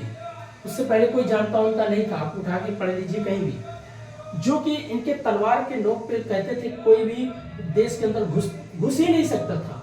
और बुद्ध एक ऐसे व्यक्ति जिन्होंने अपने ज्ञान से लोगों को, जब दुनिया दम तोड़ती थी तो बुद्ध क्या करते हैं, अपने ज्ञान से लोगों को एक उत्साह बढ़ाए, जीने का एक गरिमा सिखाए कि जिंदगी आपकी, आपको जीना चाहिए। और कभी ये बुद्ध नहीं बोलते थे कि आप ये ना करो ना करो, वो कहते हर चीज़ का बैलेंस करो। मैक्सिमम किसी भी चीज़ का ठीक नहीं, अति नहीं ठीक है। करुणा होना बहुत जरूरी है, दया होना चाहिए। मानव से करुणा से ही जोड़ता है। सोचिए कितनी बड़ी चीज़ें मैसेज दे रही है। किसी को मार करके या दबा करके उससे गुलाम नहीं बनाया जा सकता, वो कुछ दिन के लिए गुलाम हो सकता है, लेकिन जिस दिन आपके अंदर दया है, प्रेम है, आपका दुश्मन भी होगा तो आपका हो जाएगा। वो ये मैसेज दे रहे थे। सोचिए इस देश में कैसे कैसे महापुरुष हुए, लेकिन ये जो सिस्टम बना लेटर वैदिक पीरियड, इन्होंने देश को गुलाम बना। आज भी वही है, लोग भले ही बड़ी बड़ी बातें करते हैं कि नहीं हम तो एक है, सब एक है। अरे क्या एक हो भाई? समाज को बांट कर रखी हो, लोगों को इस तरीके बांट दिए हो। आज भी लोग भले ऊपर से बातें करते हैं, लेकिन इंटरनल, अभी दिल्ली जैसे हो चाहे मुंबई जैसे बड़े शहरों में लोग रहते हैं। अब जैसे मान लीजिए मुंबई में हूँ, अब मुंबई में लोग, मान लीजिए मैं मुंबई में हूँ, सपोज करो, अब मुंबई में हूँ तो यहाँ पर लोग कोई थोड़ी पूछ रहा कौन शुक्ला, कौन तिवारी, कौन चौबे, कौन क्या, कोई नहीं पूछ रहा ना, कोई यादव जी नहीं पूछ रहा। लेकिन जैसे अपने गांव में घुसेंगे ना तो उनकी अपनी ये बेसिक चीज़ें वो जगना शुरू हो जाता है। यही चीज़ देश को डुबाया है। ये कहने का मतलब मेरा ये था, इसको पढ़ने का मतलब क्यों दिया गया, आप समझिए, इस देश को समझिए, इस समाज को समझिए, इस लोगों को समझिए। अगला पॉइंट हम बात करते हैं आईसीटी का क्या योगदान है। चलो और बता देते हैं, द हायर एजुकेशन, 5-6 पॉइंट और है। अगला पॉइंट आप जब पढ़ेंगे pre education and post education. अब प्री एजुकेशन क्या है?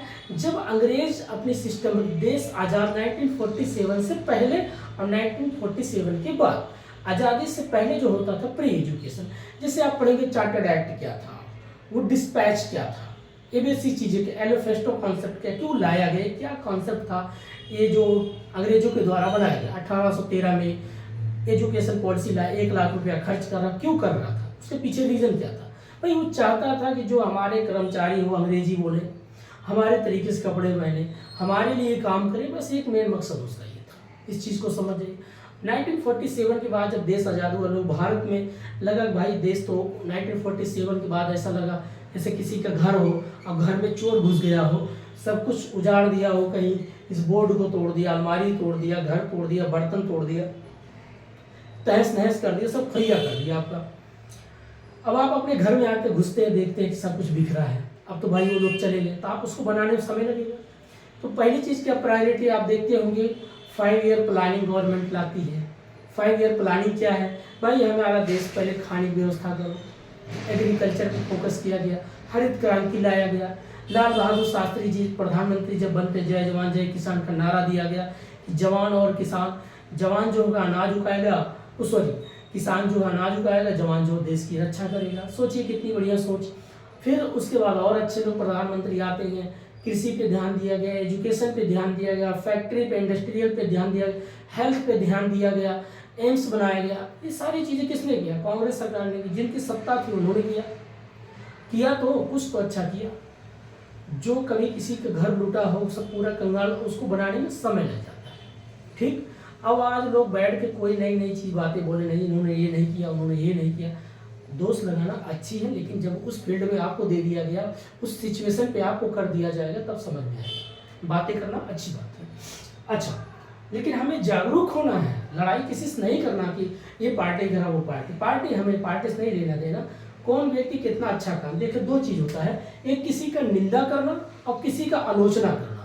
निंदा मतलब पूरा ही निंदा ही कर रहे हैं, दिन रात उसकी गाली गलौज दिए जा रहे हैं, ये खराब है चैनल, ये बेकार है, ये टीचर खराब है, ये व्यक्ति खराब है, ये ऐसा है। नहीं, क्रिटिसाइज करिए, उसमें जो बुराइयां हैं बता दो, अच्छाइयाँ उसको एक्सेप्ट करो। जैसे पार्टी होती देश की, तो एक लोकसभा में जो आप बैठते होंगे, एक जो रूलिंग पार्टी होती है, एक अपोजिशन पार्टी होती है। तो अपोजिशन पार्टी काम क्या होता है, जो रूलिंग पार्टी कुछ गलत योजना लाती है, तो अपोजिशन पार्टी क्या करती है, उसको क्रिटिसाइज करती है, ना कि उसको गाली गलौज देती। लेकिन लोग एक भावनात्मक जुड़े होते हैं, नहीं कैसी बात कह दी है, क्योंकि आज का जो एक पैटर्न सेट हो गया है, लोग माइंड सेट हो गया है, वो इतना इमोशनल जुड़े होते हैं, अटैचमेंट होती है, उनको लगता है ऐसा कैसे बोल दिया।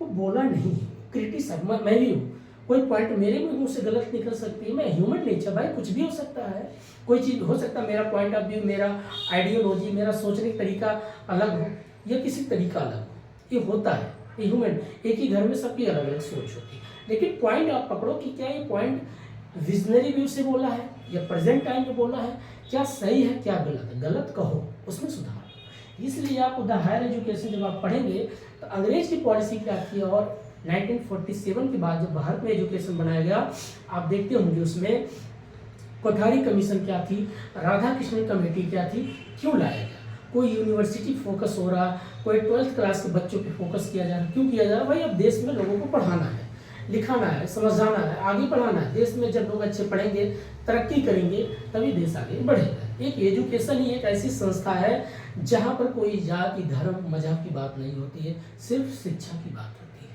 कितनी बढ़िया चीज़ है।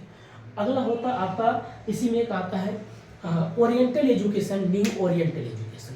ओरिएंटल एजुकेशन क्या होता है, जो पुराना कॉन्सेप्ट है, न्यू ओरिएंटल एजुकेशन जो आपका नया एजुकेशन पॉलिसी है। अब नया एजुकेशन और पुराना एजुकेशन, ठीक है, आपको लगा चलो पहले क्या था, लोगों में एक हमें एक लेवल तक तैयारी करवाना था कि फैक्चुअल चीज़ें याद कर लो, थोड़ा सा रट लो। अब बोला गया नहीं, रटो मत, उसको एनालिटिकल करो, उसको एनालिसिस करो, उसको असर्शन और रीजन तरीके से पढ़ो। ये थोड़ा न्यू एजुकेशन पॉलिसी बन गया, थोड़ा एडवांस चीज़ें सीखो। यही तो है एजुकेशन। समय के अनुसार हर एक व्यक्ति में परिवर्तन आता है। जैसे आप मान लीजिए 2 साल पहले आपकी जो बात करने का तरीका, या जो आपके पुराने दोस्त होंगे, जो आपके क्लास मान लीजिए 8 या 10 या ग्रेजुएशन में जो स्टूडेंट या आपके दोस्त होंगे, अब जो नए दोस्त बनेंगे तो कैसे दोस्त, क्योंकि समय के अनुसार सब चीज़ें चेंज होती है और प्रकृति का नियम है चेंज होते ही रहना चाहिए। अगर आप अपने आप में चेंज नहीं करेंगे, नया चीज़ नहीं अडॉप्ट करेंगे, तो पुराना चीज़ कैसे मिटेगा। तो पुराना चीज़ जब हटेगा तभी नया चीज़ है, और जब नया चीज़ आएगा तो आपको नई चीज़ सीखने को मिलेगा। जैसे बहता हुआ पानी है, वो जितना बहेगा उतना निर्मल होगा, उतना स्वच्छ होगा, उतना मीठा होगा। और जो एक तालाब के तरीके से इकट्ठा बैठा रहेगा, उसमें कीड़े मकोड़े जीव जंतु जन्म लेंगे और बदबू देगा वो पानी। तो आपको क्या करना है, चीज़ों को चेंज करते रहना चाहिए। हर एक चीज़ में अमेंडमेंट होना, जैसे संविधान को देखिए अमेंडमेंट होता रहता है, उसमें परिवर्तन होता है। क्यों परिवर्तन होता है, जैसे जैसे आपकी एजुकेशन पॉलिसी, जैसे जैसे आपके अंदर सोचने समझने की ताकत बढ़ेगी। अब जैसे कहते हैं महिलाओं का अधिकार क्यों नहीं हो भाई, एक महिला है जो एक पुरुष को या माँ बेटी सबकी है, वही किसी की माँ है, किसी की बहन है, किसी की बेटी है, सब वही है। पुरुष भी किसी के भाई है, किसी के पिता है, किसी का बेटा है। ये जो समाज है किसने बनाया? मिल के बनाया, पुरुष लोगों ने। लेकिन अब जो उसमें जिज्ञासाएं आई कि नहीं, किसी को दबा के नहीं रखना, या किसी को अपने उच्च मत समझो ना किसी को नीचे समझो, इक्वालिटी समझो, बराबर की बात है। संविधान पॉलिटी में लिखा है कि समता क्या है, इक्वालिटी क्या है, बराबर क्या होना चाहिए। बराबर का मतलब अगर आपको 100 रुपये कोई मान लीजिए काम किया तो मैं भी 100 रुपये का हकदार हूँ। आपको किसी प्रॉपर्टी में उतने अधिकार तो मेरा भी उतने अधिकार है। ये होता है इक्वालिटी, समता की बात करता है, स्वतंत्रता की बात करता है, बंधुत्व की बात करता है, लिबर्टी की बात करता है, फर्टिलिटी की बात करता है। ये सब आपका पॉलिटी में लिखा होता है कि ये क्यों पढ़ाया जाता है? आपको अवेयर होना, एक थिंकर बनना, एक सोचने लायक बनाया। इसलिए आप देखते होंगे अगला जब पॉइंट आप पढ़ेंगे ओरिएंटेड, न्यू ओरिएंटेड, एक आता है स्किल्ड एजुकेशन और एक टेक्निकल एजुकेशन, प्रोफेशनल एजुकेशन। अब जैसे क्या है, आपने स्किल्ड मतलब क्या है? जब आप ट्रेनिंग लेंगे, सीखेंगे, बार बार उसको प्रैक्टिस करेंगे तो आपके अंदर एक स्किल डेवलप होगा। जैसे सपोज करिए आपको पहली बार प्रोफेसर, आप टीचिंग का काम करना चाहेंगे तो पहली बार आपको पैर कांपेगा, कलम पकड़ेंगे तो आप सोचेंगे मैं क्या लिखूं, क्या बोलूं, बार बार कैमरे को देखेंगे तो आप फोकस हो जाएंगे, कैमरे कैसे देखेंगे वैसे देखेंगे, आंखें कभी आप पलके झपकाएंगे तो ये क्या होता है? आप पे हेजिटेशन हो रहा है। तो जब आप बार बार प्रैक्टिस करेंगे तो आप भी खुल के बात करेंगे, खुल के बात करेंगे। तो जब खुल के बात करेंगे कहने का मतलब एक आप अच्छा स्किल्ड हो चुके, आप अच्छा ही कुशल हो चुके हैं, ठीक। इसलिए स्किल्ड को भी महत्व दिया गया। टेक्निकल मीन्स होता है तकनीकी। आजकल जैसे टेक्निकल हो गया आपका कंप्यूटर से, लैपटॉप से, टैबलेट से, जो भी सारी चीज़, जैसे एआई आजकल आ गया है, आप कोई सवाल उससे पूछिए आपको आंसर दे देता है। ये क्या है? एक टेक्निकल एजुकेशन या टेक्निकल स्किल। अगला होता है आपका प्रोफेशनल। प्रोफेशनल मीन्स जब आप प्रोफेसर होंगे, सीए हैं, डॉक्टर, इंजीनियर है, प्रोफेसर, ये सब क्या प्रोफेशनल है। आपने पढ़ाई किया, मैंने आपको पढ़ा दिया, जो मेरा फीस था मैंने ले लिया, अपने घर चल दिया, ये भी प्रोफेशनल है। आजकल लोग क्या, पहले होता था बी प्रैक्टिकल बात करना या बी प्रैक्टिकल होना। आप अगर 10 रुपये आपने मुझे दिया तो मैं आपको 10 रुपये दूंगा। अब हो गया बी प्रोफेशनल। प्रोफेशनल मीन्स हमें कोई आपसे इमोशनल लगाव नहीं भैया, हमने आपका काम किया, आपसे पैसा लिया और निकल लिया। आपके घर में दुख है, तकलीफ है, डजंट मैटर, ये हो गया प्रोफेशनल। डॉक्टर के पास आप खुद जाइए, कोई व्यक्ति हो, किसी का पैर टूटा हो, कोई बीमार हो, बड़े हॉस्पिटल में जाइए, आप कितना रोइए, डॉक्टर साहब पैसा नहीं, ये नहीं है, इलाज कर दो। डॉक्टर करेगा नहीं, सीधे बोलेगा 1 लाख रुपये है काउंटर पे जमा करिए, तब उसके बाद एडमिट होगा, चाहे मर जाए चाहे जी जाए, उससे कोई मतलब नहीं, क्योंकि वो भी प्रोफेशनल हो गया है। ये सीख बोलते हैं। प्रोफेशनल क्या है? भी प्रैक्टिकल का, प्रैक्टिकल तो ठीक है लेकिन प्रोफेशनल सबसे डेंजर। किसी से कोई क्लास में आएगा टीचर 2 घंटा, जैसे बार बार घड़ी देखेगा तो 2 घंटा कंप्लीट हुआ, उसके बाद हाय हेलो बाय दोस्त निकल लिया, ये होता है प्रोफेशनल, ठीक।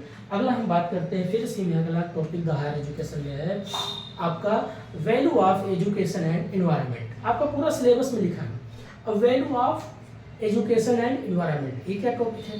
देखिए, वैल्यू मीन्स क्या कहेंगे, इसकी महत्व को समझिए, एनवायरनमेंट के महत्व को समझिए, एजुकेशन का महत्व को समझिए। अब जैसे एजुकेशन महत्व, पढ़ाई तो वही है, जैसे हम लोग पास हो गए, सर्टिफिकेट ले लिया, वैल्यू मिल गया। अरे वैल्यू नहीं है, वो आपको एक संस्था दे दिया, डिग्री दे दिया, ठीक है, आपको मेमोरी टेस्ट हुआ है, आपने रट लिया, पास कर लिया, निकल लिया। लेकिन अब भी प्रैक्टिकल करके दिखाओ। अब भी प्रैक्टिकल, असली टेस्ट आपको पढ़ाने पे आएगा, असली टेस्ट आपको लोगों के बीच में काम करना, सेमिनार जब अटेंड करेंगे, जब आप नए नए क्रिएटिव माइंड तरीके से नए नए कंटेंट लाएंगे, जब आप लोगों को सही तरीका बताएंगे, असली टेस्ट वहाँ शुरू होता है। इसलिए कहते हैं दोस्तों, अभी जब तक आप पढ़ रहे हो, जब तक आपका हाथ में अभी सर्टिफिकेट नहीं है, कि मत समझो कि आपके पास कोई वैल्यू नहीं। आप वैल्यू आप अपने आप से करिए, आप अपने कंटेंट खुद तैयार करिए, और उसके बाद जिस दिन आपको सर्टिफिकेट मिल जाएगा उसकी कीमत नहीं है, कीमत आपके बोलने, आपके काम का होगा। कोई सर्टिफिकेट देखने नहीं आता। बड़े से बड़े जो बिजनेसमैन हुए, कोई पूछता है आपने कितना पढ़ाई, सब 12th पास होते हैं, कोई 12th है, कोई 10th है। बड़े बड़े बिजनेसमैन देखिए ज़्यादा एजुकेशन नहीं होता है, वो क्या करते हैं, जो टैलेंट लोग होते हैं, जो बड़े बड़े IIM से MBA किए, IIM से अहमदाबाद से किए हैं, ये जो MBA किए हैं, CA किए हैं या IIT पढ़े हैं, ये लोग क्या करते हैं, लेबर की तरीके से ना उनके घर में बैठ के कंप्यूटर चलाते हैं दिन भर और कुछ करते नहीं। टैलेंट लोग को क्या करता है, बिजनेसमैन यूज़ करता है। अब जो मान लीजिए कोई आप संस्था खोल लीजिए, आप 8वीं पास हो, 10वीं पास हो, आपके पास कुछ पैसा हो 30-40 लाख, आप बड़ा इंस्टीट्यूट्स खोलिए, उसके बाद वहाँ आप लिख दिए requirement teacher UGC net paper 1 paper 2 subject डाल दो, अगले दिन सबका लाइन लग जाएगा। तो बड़ा कौन हुआ? पढ़ाने वाला बड़ा नहीं, वो तो वही काम कर रहा है, उसको पैसा दे रहा है, बड़े तो आप हो गए, आप तो कई लोग को रोजगार दे रहे हैं। इसीलिए कहते हैं माइंड सेट चेंज करिए कि मत सोचिए सर्टिफिकेट मिलेगा कि मैं बहुत बड़ा कुछ पा गया, उससे कुछ नहीं होता। आपका काम का महत्व है। कहते नहीं कि आपकी चाम की कीमत नहीं होती, काम की महत्व होती, काम की। आप काम पे बेहतर कितना बढ़िया करेंगे, उसी की वो महत्ता है। एक समय के बाद लोगों की चाम जोरिया पड़ जाती है, डाउन हो जाता है, कोई नहीं पूछता। आप पुराने हीरो हीरोइन को देखिए, आज कोई नहीं पूछता, बगल से जा रही है जान लो, मास्क लगा के घूमती हैं चेहरे, शर्म आती है, क्योंकि पहले क्या थी आज क्या। इसलिए रियल में रही, सर का बाल उड़ रहा उड़ जाने दो, वाइट हो रहा हो जाने दो, ये तो नेचर है, चेंज करेगा ही। कुछ मत परिवर्तन करिए, जो हो वैसे रहो, रियल रहो। अगला इसमें बात करता है आपका नेक्स्ट टॉपिक, पॉलिसी क्या है, एडमिनिस्ट्रेशन क्या है और प्लस गवर्नेंस क्या है। पॉलिसी क्या है, गवर्नमेंट कोई पॉलिसी बना दी, लोकसभा राज्यसभा में आप बिल पास कर दिया, उसको आप एडमिनिस्ट्रेटिव लोग होते, आईएएस जो लोग होते ब्यूरोक्रेसी के पार्ट। ब्यूरोक्रेसी मतलब नौकरशाही है, जो बड़े बड़े आईएएस कहते हैं मैं बहुत पावर में हूँ। भैया ठीक है, जब तक आप 60 साल तक हो, आपको गवर्नमेंट एक नौकर के तरीके से रखा है जनता की सेवा करने के लिए, जनता की सेवा करें। आप 65,000 या 70,000 सैलरी दी जाती है, और बढ़िया आपको सुरक्षा इसीलिए दी जाती है क्योंकि आप सरकार के पार्ट हो, एक ब्यूरोक्रेसी हो, नौकरशाही हो, आप एक डिसीजन मेकिंग हो। और जब 60 साल का रिटायर हो जाते हो तो आपके घर का आपको कुत्ता नहीं पूछता कि भाई ये कब आईएएस थे, वो भी साइड में हो जाता है। तो कहने मतलब ये जो आजकल लोग अफवाहें हैं आईएएस बन जाना, प्रोफेसर बन जाना, महत्व इससे नहीं, महत्व आपके विचार, आपके थॉट, आप एक आइडियोलॉजी बनिए, जो हो सके उसको बेहतर करिए, दिखावा पे मत जाइए, जैसे हो वैसे ही रहो, फालतू चीज़ें मत जोड़िए कि यार फलाने ने ये कर दिया, कुछ नहीं किया, बकवास है। कुछ दिनों बाद आप देखिए वही रोते हुए आपके सामने आएगा। तो इसमें आपका पॉलिसी बना दिया गवर्नमेंट, वो क्या करता है जनता तक पहुंचाना है, और जनता की बात मीडिया होती है, वो गवर्नमेंट तक पहुंचाती है। अब यही प्रक्रिया अगर चलती है तो देश आगे बढ़ेगा, समाज आगे बढ़ेगा, गांव डेवलपमेंट करेगा, जिला डेवलपमेंट करेगा, राज्य डेवलपमेंट करेगा, तो देश आगे बढ़ ही जाएगा। बस ये बेसिक चीज़ होती है। अब आप पॉलिटी में वही पढ़ते हैं कि फंडामेंटल राइट क्या है, फंडामेंटल ड्यूटीज़ क्या है, डीपीएसपी क्या है, डायरेक्ट प्रिंसिपल स्टेट पॉलिसी क्या है, राज्य के नीति निर्देशक तत्व क्या है। फिर उसके बाद अगला पढ़ते हैं संविधान कितने पार्ट हैं, मतलब भाग पहले 22 था, आज 25 है। कितने अनुच्छेद है, 395 थे, अब आप 450 हो गया। कितने अनुसूचियां हैं, शेड्यूल क्या है, पहले 8 था, आज 12 हो गया। कुछ रट लेना, कुछ समझ लेना, बेसिक चीज़ आपको समझना है। कौन अस्थायी रूप में, कौन अस्थायी रूप में होते, कौन कितना दिन काम करता है, बेसिक चीज़ टर्म को समझना है। नेक्स्ट पॉइंट आपका आता है एडमिनिस्ट्रेशन, वही बात करिए प्रशासनिक। फिर होता है good governance. Good governance means होता है जो आप शासन प्रशासन हम अच्छे तरीके से काम करें। अच्छा तरीका, जैसे आपने कहा भैया 100 रुपया मुझे ऑनलाइन पेमेंट कर दो, मैंने कहा जैसे आपने बोला मैंने दे दिया, तो आपको बड़ा अच्छा लगेगा, यार मैंने बोला नहीं मुझे पैसा मिल गया। अब मैंने आप बोल दिया 100 रुपया दे दो, मैंने कहा ठीक है दो, अभी देता हूँ। अभी चक्कर में आप बैठे हो सकता बहुत ज़रूरी हो, मैंने अभी दिया नहीं, आपको पता चला शाम को मैं कॉल करा, अरे भाई मैं भूल गया, कहीं बिजी हो गया था, तो आपके मन पे क्या बीती जाए, अरे भाई देने नहीं थे तो वादा क्यों किया, मत बोल देते ना, हम तुम्हारे चक्कर बैठे रह गए। ये चीज़ क्या है, यही होता गुड गवर्नेंस। अब गुड गवर्नेंस क्या है भाई, जिस समय कोई व्यक्ति कोई फार्म भरवाने जाता है, जैसे यूजीसी नेट का ही बात था, पेपर का टाइम आपने बोल दिया भाई चलो जून में करवाते हैं, ऑफलाइन करवाते हैं, आप पेपर करवाइए। पेपर लीक हो गया, कौन लड़का है टेलीग्राम पे पेपर लीक कर दिया, उसको पकड़ो जेल में डालो। उसके चक्कर में कितने बच्चों का जिंदगी बर्बाद कर दिया, कितना उनका समय, किसी की तो जो रिजर्वेशन में आते थे, या जो आप मान लीजिए 30 में जेआरएफ होने वाले थे, उनकी उम्र निकल गई, 1 मंथ आगे, क्या वो फॉर्म भर सकते हैं? उसके जिम्मेदार कौन है? आप खुद बताइए, आप उस सिचुएशन से गुजर रहे, इसके जिम्मेदार कौन? क्या आपके साथ अच्छा हुआ तो बोलेंगे ये गुड गवर्नेंस नहीं है, ये अच्छा शासन सुशासन नहीं है, ये हमारे लिए अच्छा काम नहीं किया। जिस वक्त पे जो चीज़ है उसको करके दिखाओ, बोलने से काम नहीं होता, उसको करके दिखाओ, ये होता है गुड गवर्नेंस। भाई कोई महिला है, कोई किसी बहन बेटी रास्ते जा रही है, उसको अपना मान लीजिए शाम को निकलती है 9 बजे, 12 बजे भी घर वापसी आती है, नाइट ड्यूटी काम करती है, ऑनलाइन काम करती है, बीपीओ में काम करती हैं, कॉल सेंटर पे काम करती है, वो रात को अपने घर आती है।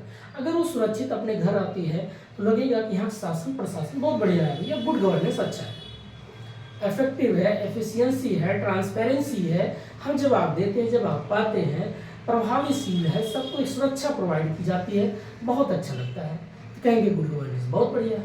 यही बेसिक चीज़ है और कुछ इसमें ज़्यादा डीपली नहीं है। अगर हम बात करते हैं आईसीटी का, जो बात होता है आईसीटी क्या है, इंफॉर्मेशन कम्युनिकेशन टेक्नोलॉजी। भाई आज के दौर में कंप्यूटर आप चलाते हो, मोबाइल चलाते हो, तो आपको इतना पता होना चाहिए सॉफ्टवेयर क्या है, हार्डवेयर क्या है, इनपुट डिवाइस क्या है, आउटपुट डिवाइस क्या है, रोम क्या है, रैम में, दोनों में डिफरेंस क्या है। ठीक, आजकल मोबाइल लेने जाते हैं आप बोलते हैं कितना इसमें रैम भाई, कितना इसमें जीबी है, क्यों पूछते हैं, यही चीज़ तो है आपका।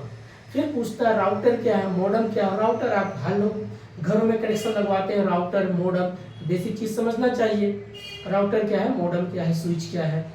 फिर कंप्यूटर के जनरेशन पूछता है, फर्स्ट जनरेशन में क्या था, क्या किसमें वैक्यूम ट्यूब था, किसमें ट्रांजिस्टर का प्रयोग किया गया, किसमें आईसी का प्रयोग किया गया, कौन से जनरेशन वीएलएसआई का प्रयोग किया गया, किस जनरेशन में यूएलएसआई का प्रयोग किया गया। ये बेसिक चीज़ आपको याद रखना है, इसको थोड़ा रटना भी है, थोड़ा समझना भी है, ये होता है आईसीटी। बाकी थोड़ा सा और इससे पूछता है आप बाइनरी सिस्टम क्या है। अब बाइनरी सिस्टम क्या है, डेसिमल में क्या है, ऑक्टल में क्या है, हेक्सा क्या है, ये भी आपको एक मैथमेटिक्स तरीके से चीज़ें होता है। इसको जब आप प्रैक्टिस करेंगे तो सीख जाएंगे। बाइनरी मीन्स ऐसे चलिए छोटा सा बता देते हैं।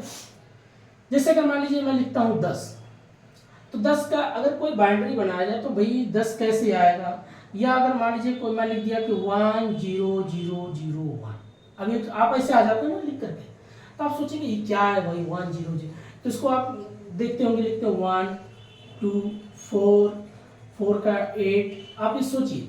तो ये जो लाइन है 1 1 लिखा है, तो ये जिस पे डिजिट होता है उसको ऐड करते हैं। अब जैसे कितने 1 2 3 4 5, यहाँ पर हमने 16 लिख दिया। ठीक, अब हमें देखते हैं 1 2 3 4 5, तो एक आप 16 और प्लस 1, ये दोनों को जोड़ लो, कितना हो जाएगा 16 और 1 17। तो पूछेंगे 17 का बाइनरी क्या बनेगा, 17 का डेसिमल क्या बनेगा, तो ये बन जाएगा।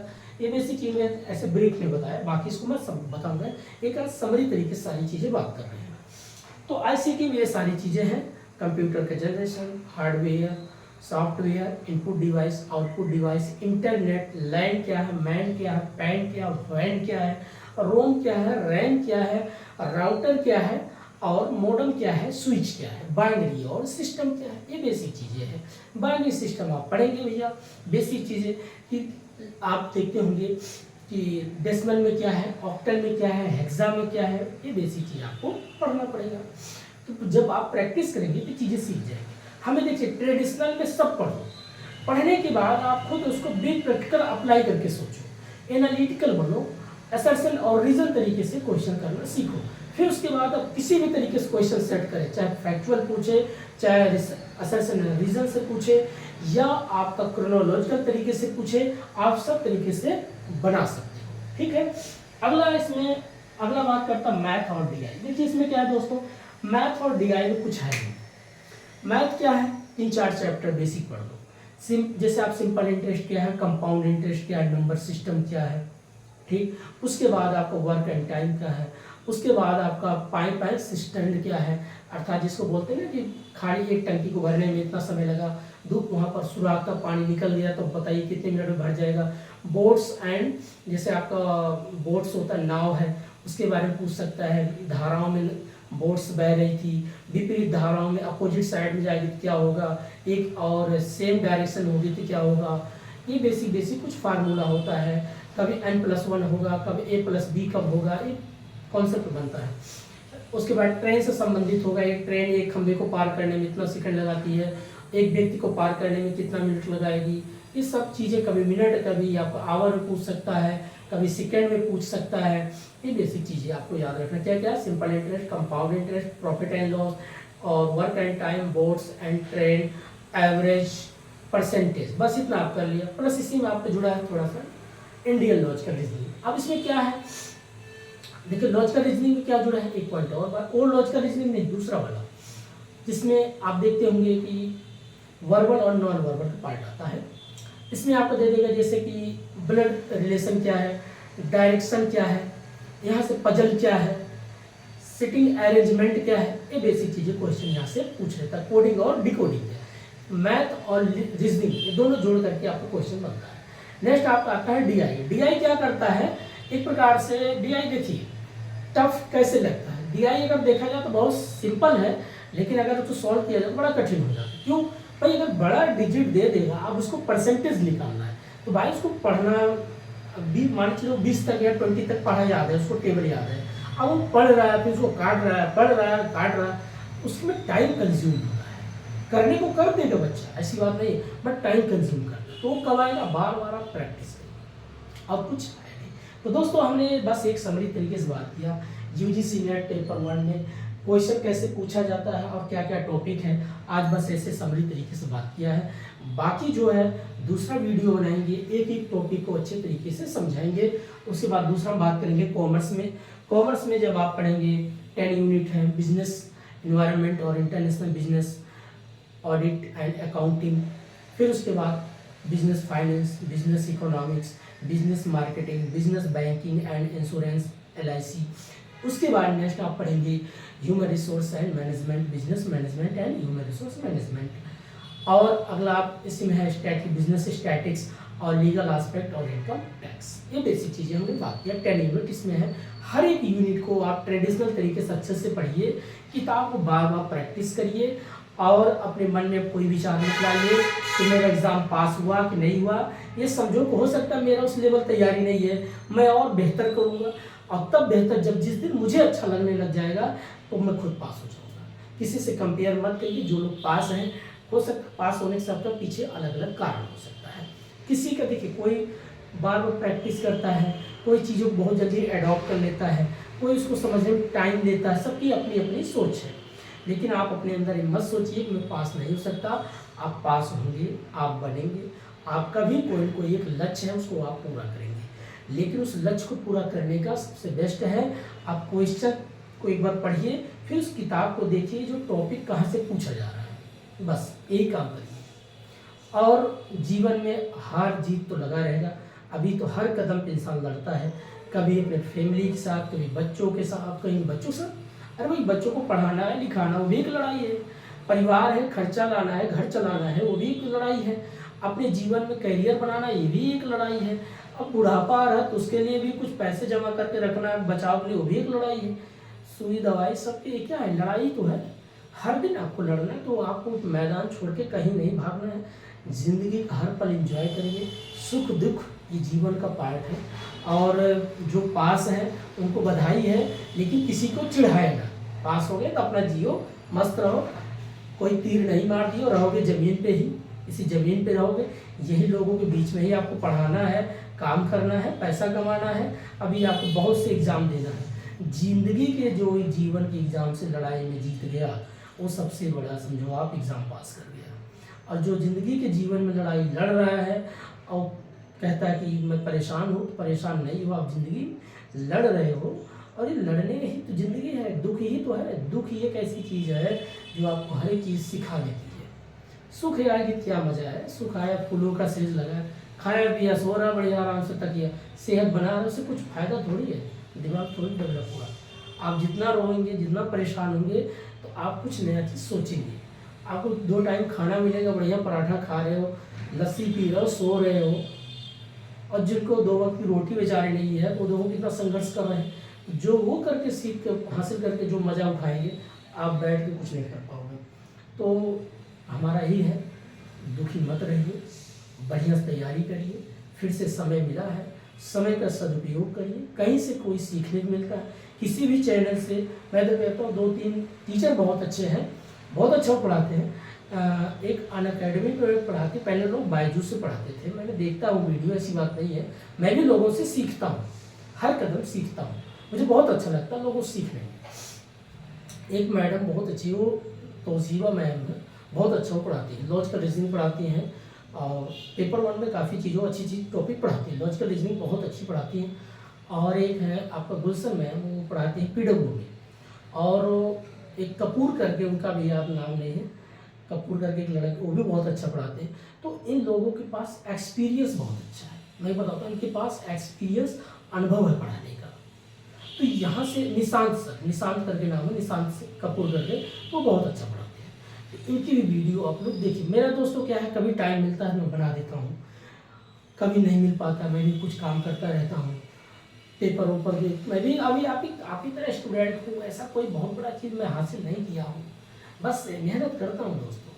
कहीं मिल गया, बच्चों पढ़ा लेते हैं, सर्टिफिकेट लेने से क्या फ़ायदा जब तक आप मेहनत नहीं कुछ करोगे। इसलिए मस्त रहिए, चिल रहिए, कुछ मत, जो आपको मिल रहा है अपनी ज़िंदगी को एंजॉय करिए, और ये फालतू सोच के अपने आप को डिप्रेशन में मत डालिए। जवान हो, यंग हो, भरपूर एनर्जी से भरे हो, कुछ भी कर सकते हो। लाचार तो बेचारे बूढ़े हैं जो 60 की उम्र में हो गए, जिनको ना उनके पास ताकत है, ना कोई आशा है, ना उम्मीद है, किसी को खाली डिपेंड हो गए। आप किस पे डिपेंड हो? जहाँ काम करोगे कुछ ना कुछ तो कर लोगे, और करने का मतलब है अपने अंदर टैलेंट को निखारिए।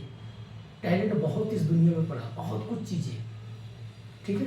तो आज इतना ही है, तब तक के लिए नमस्कार, जय हिंद, फिर कल मिलते हैं, ठीक है दोस्तों।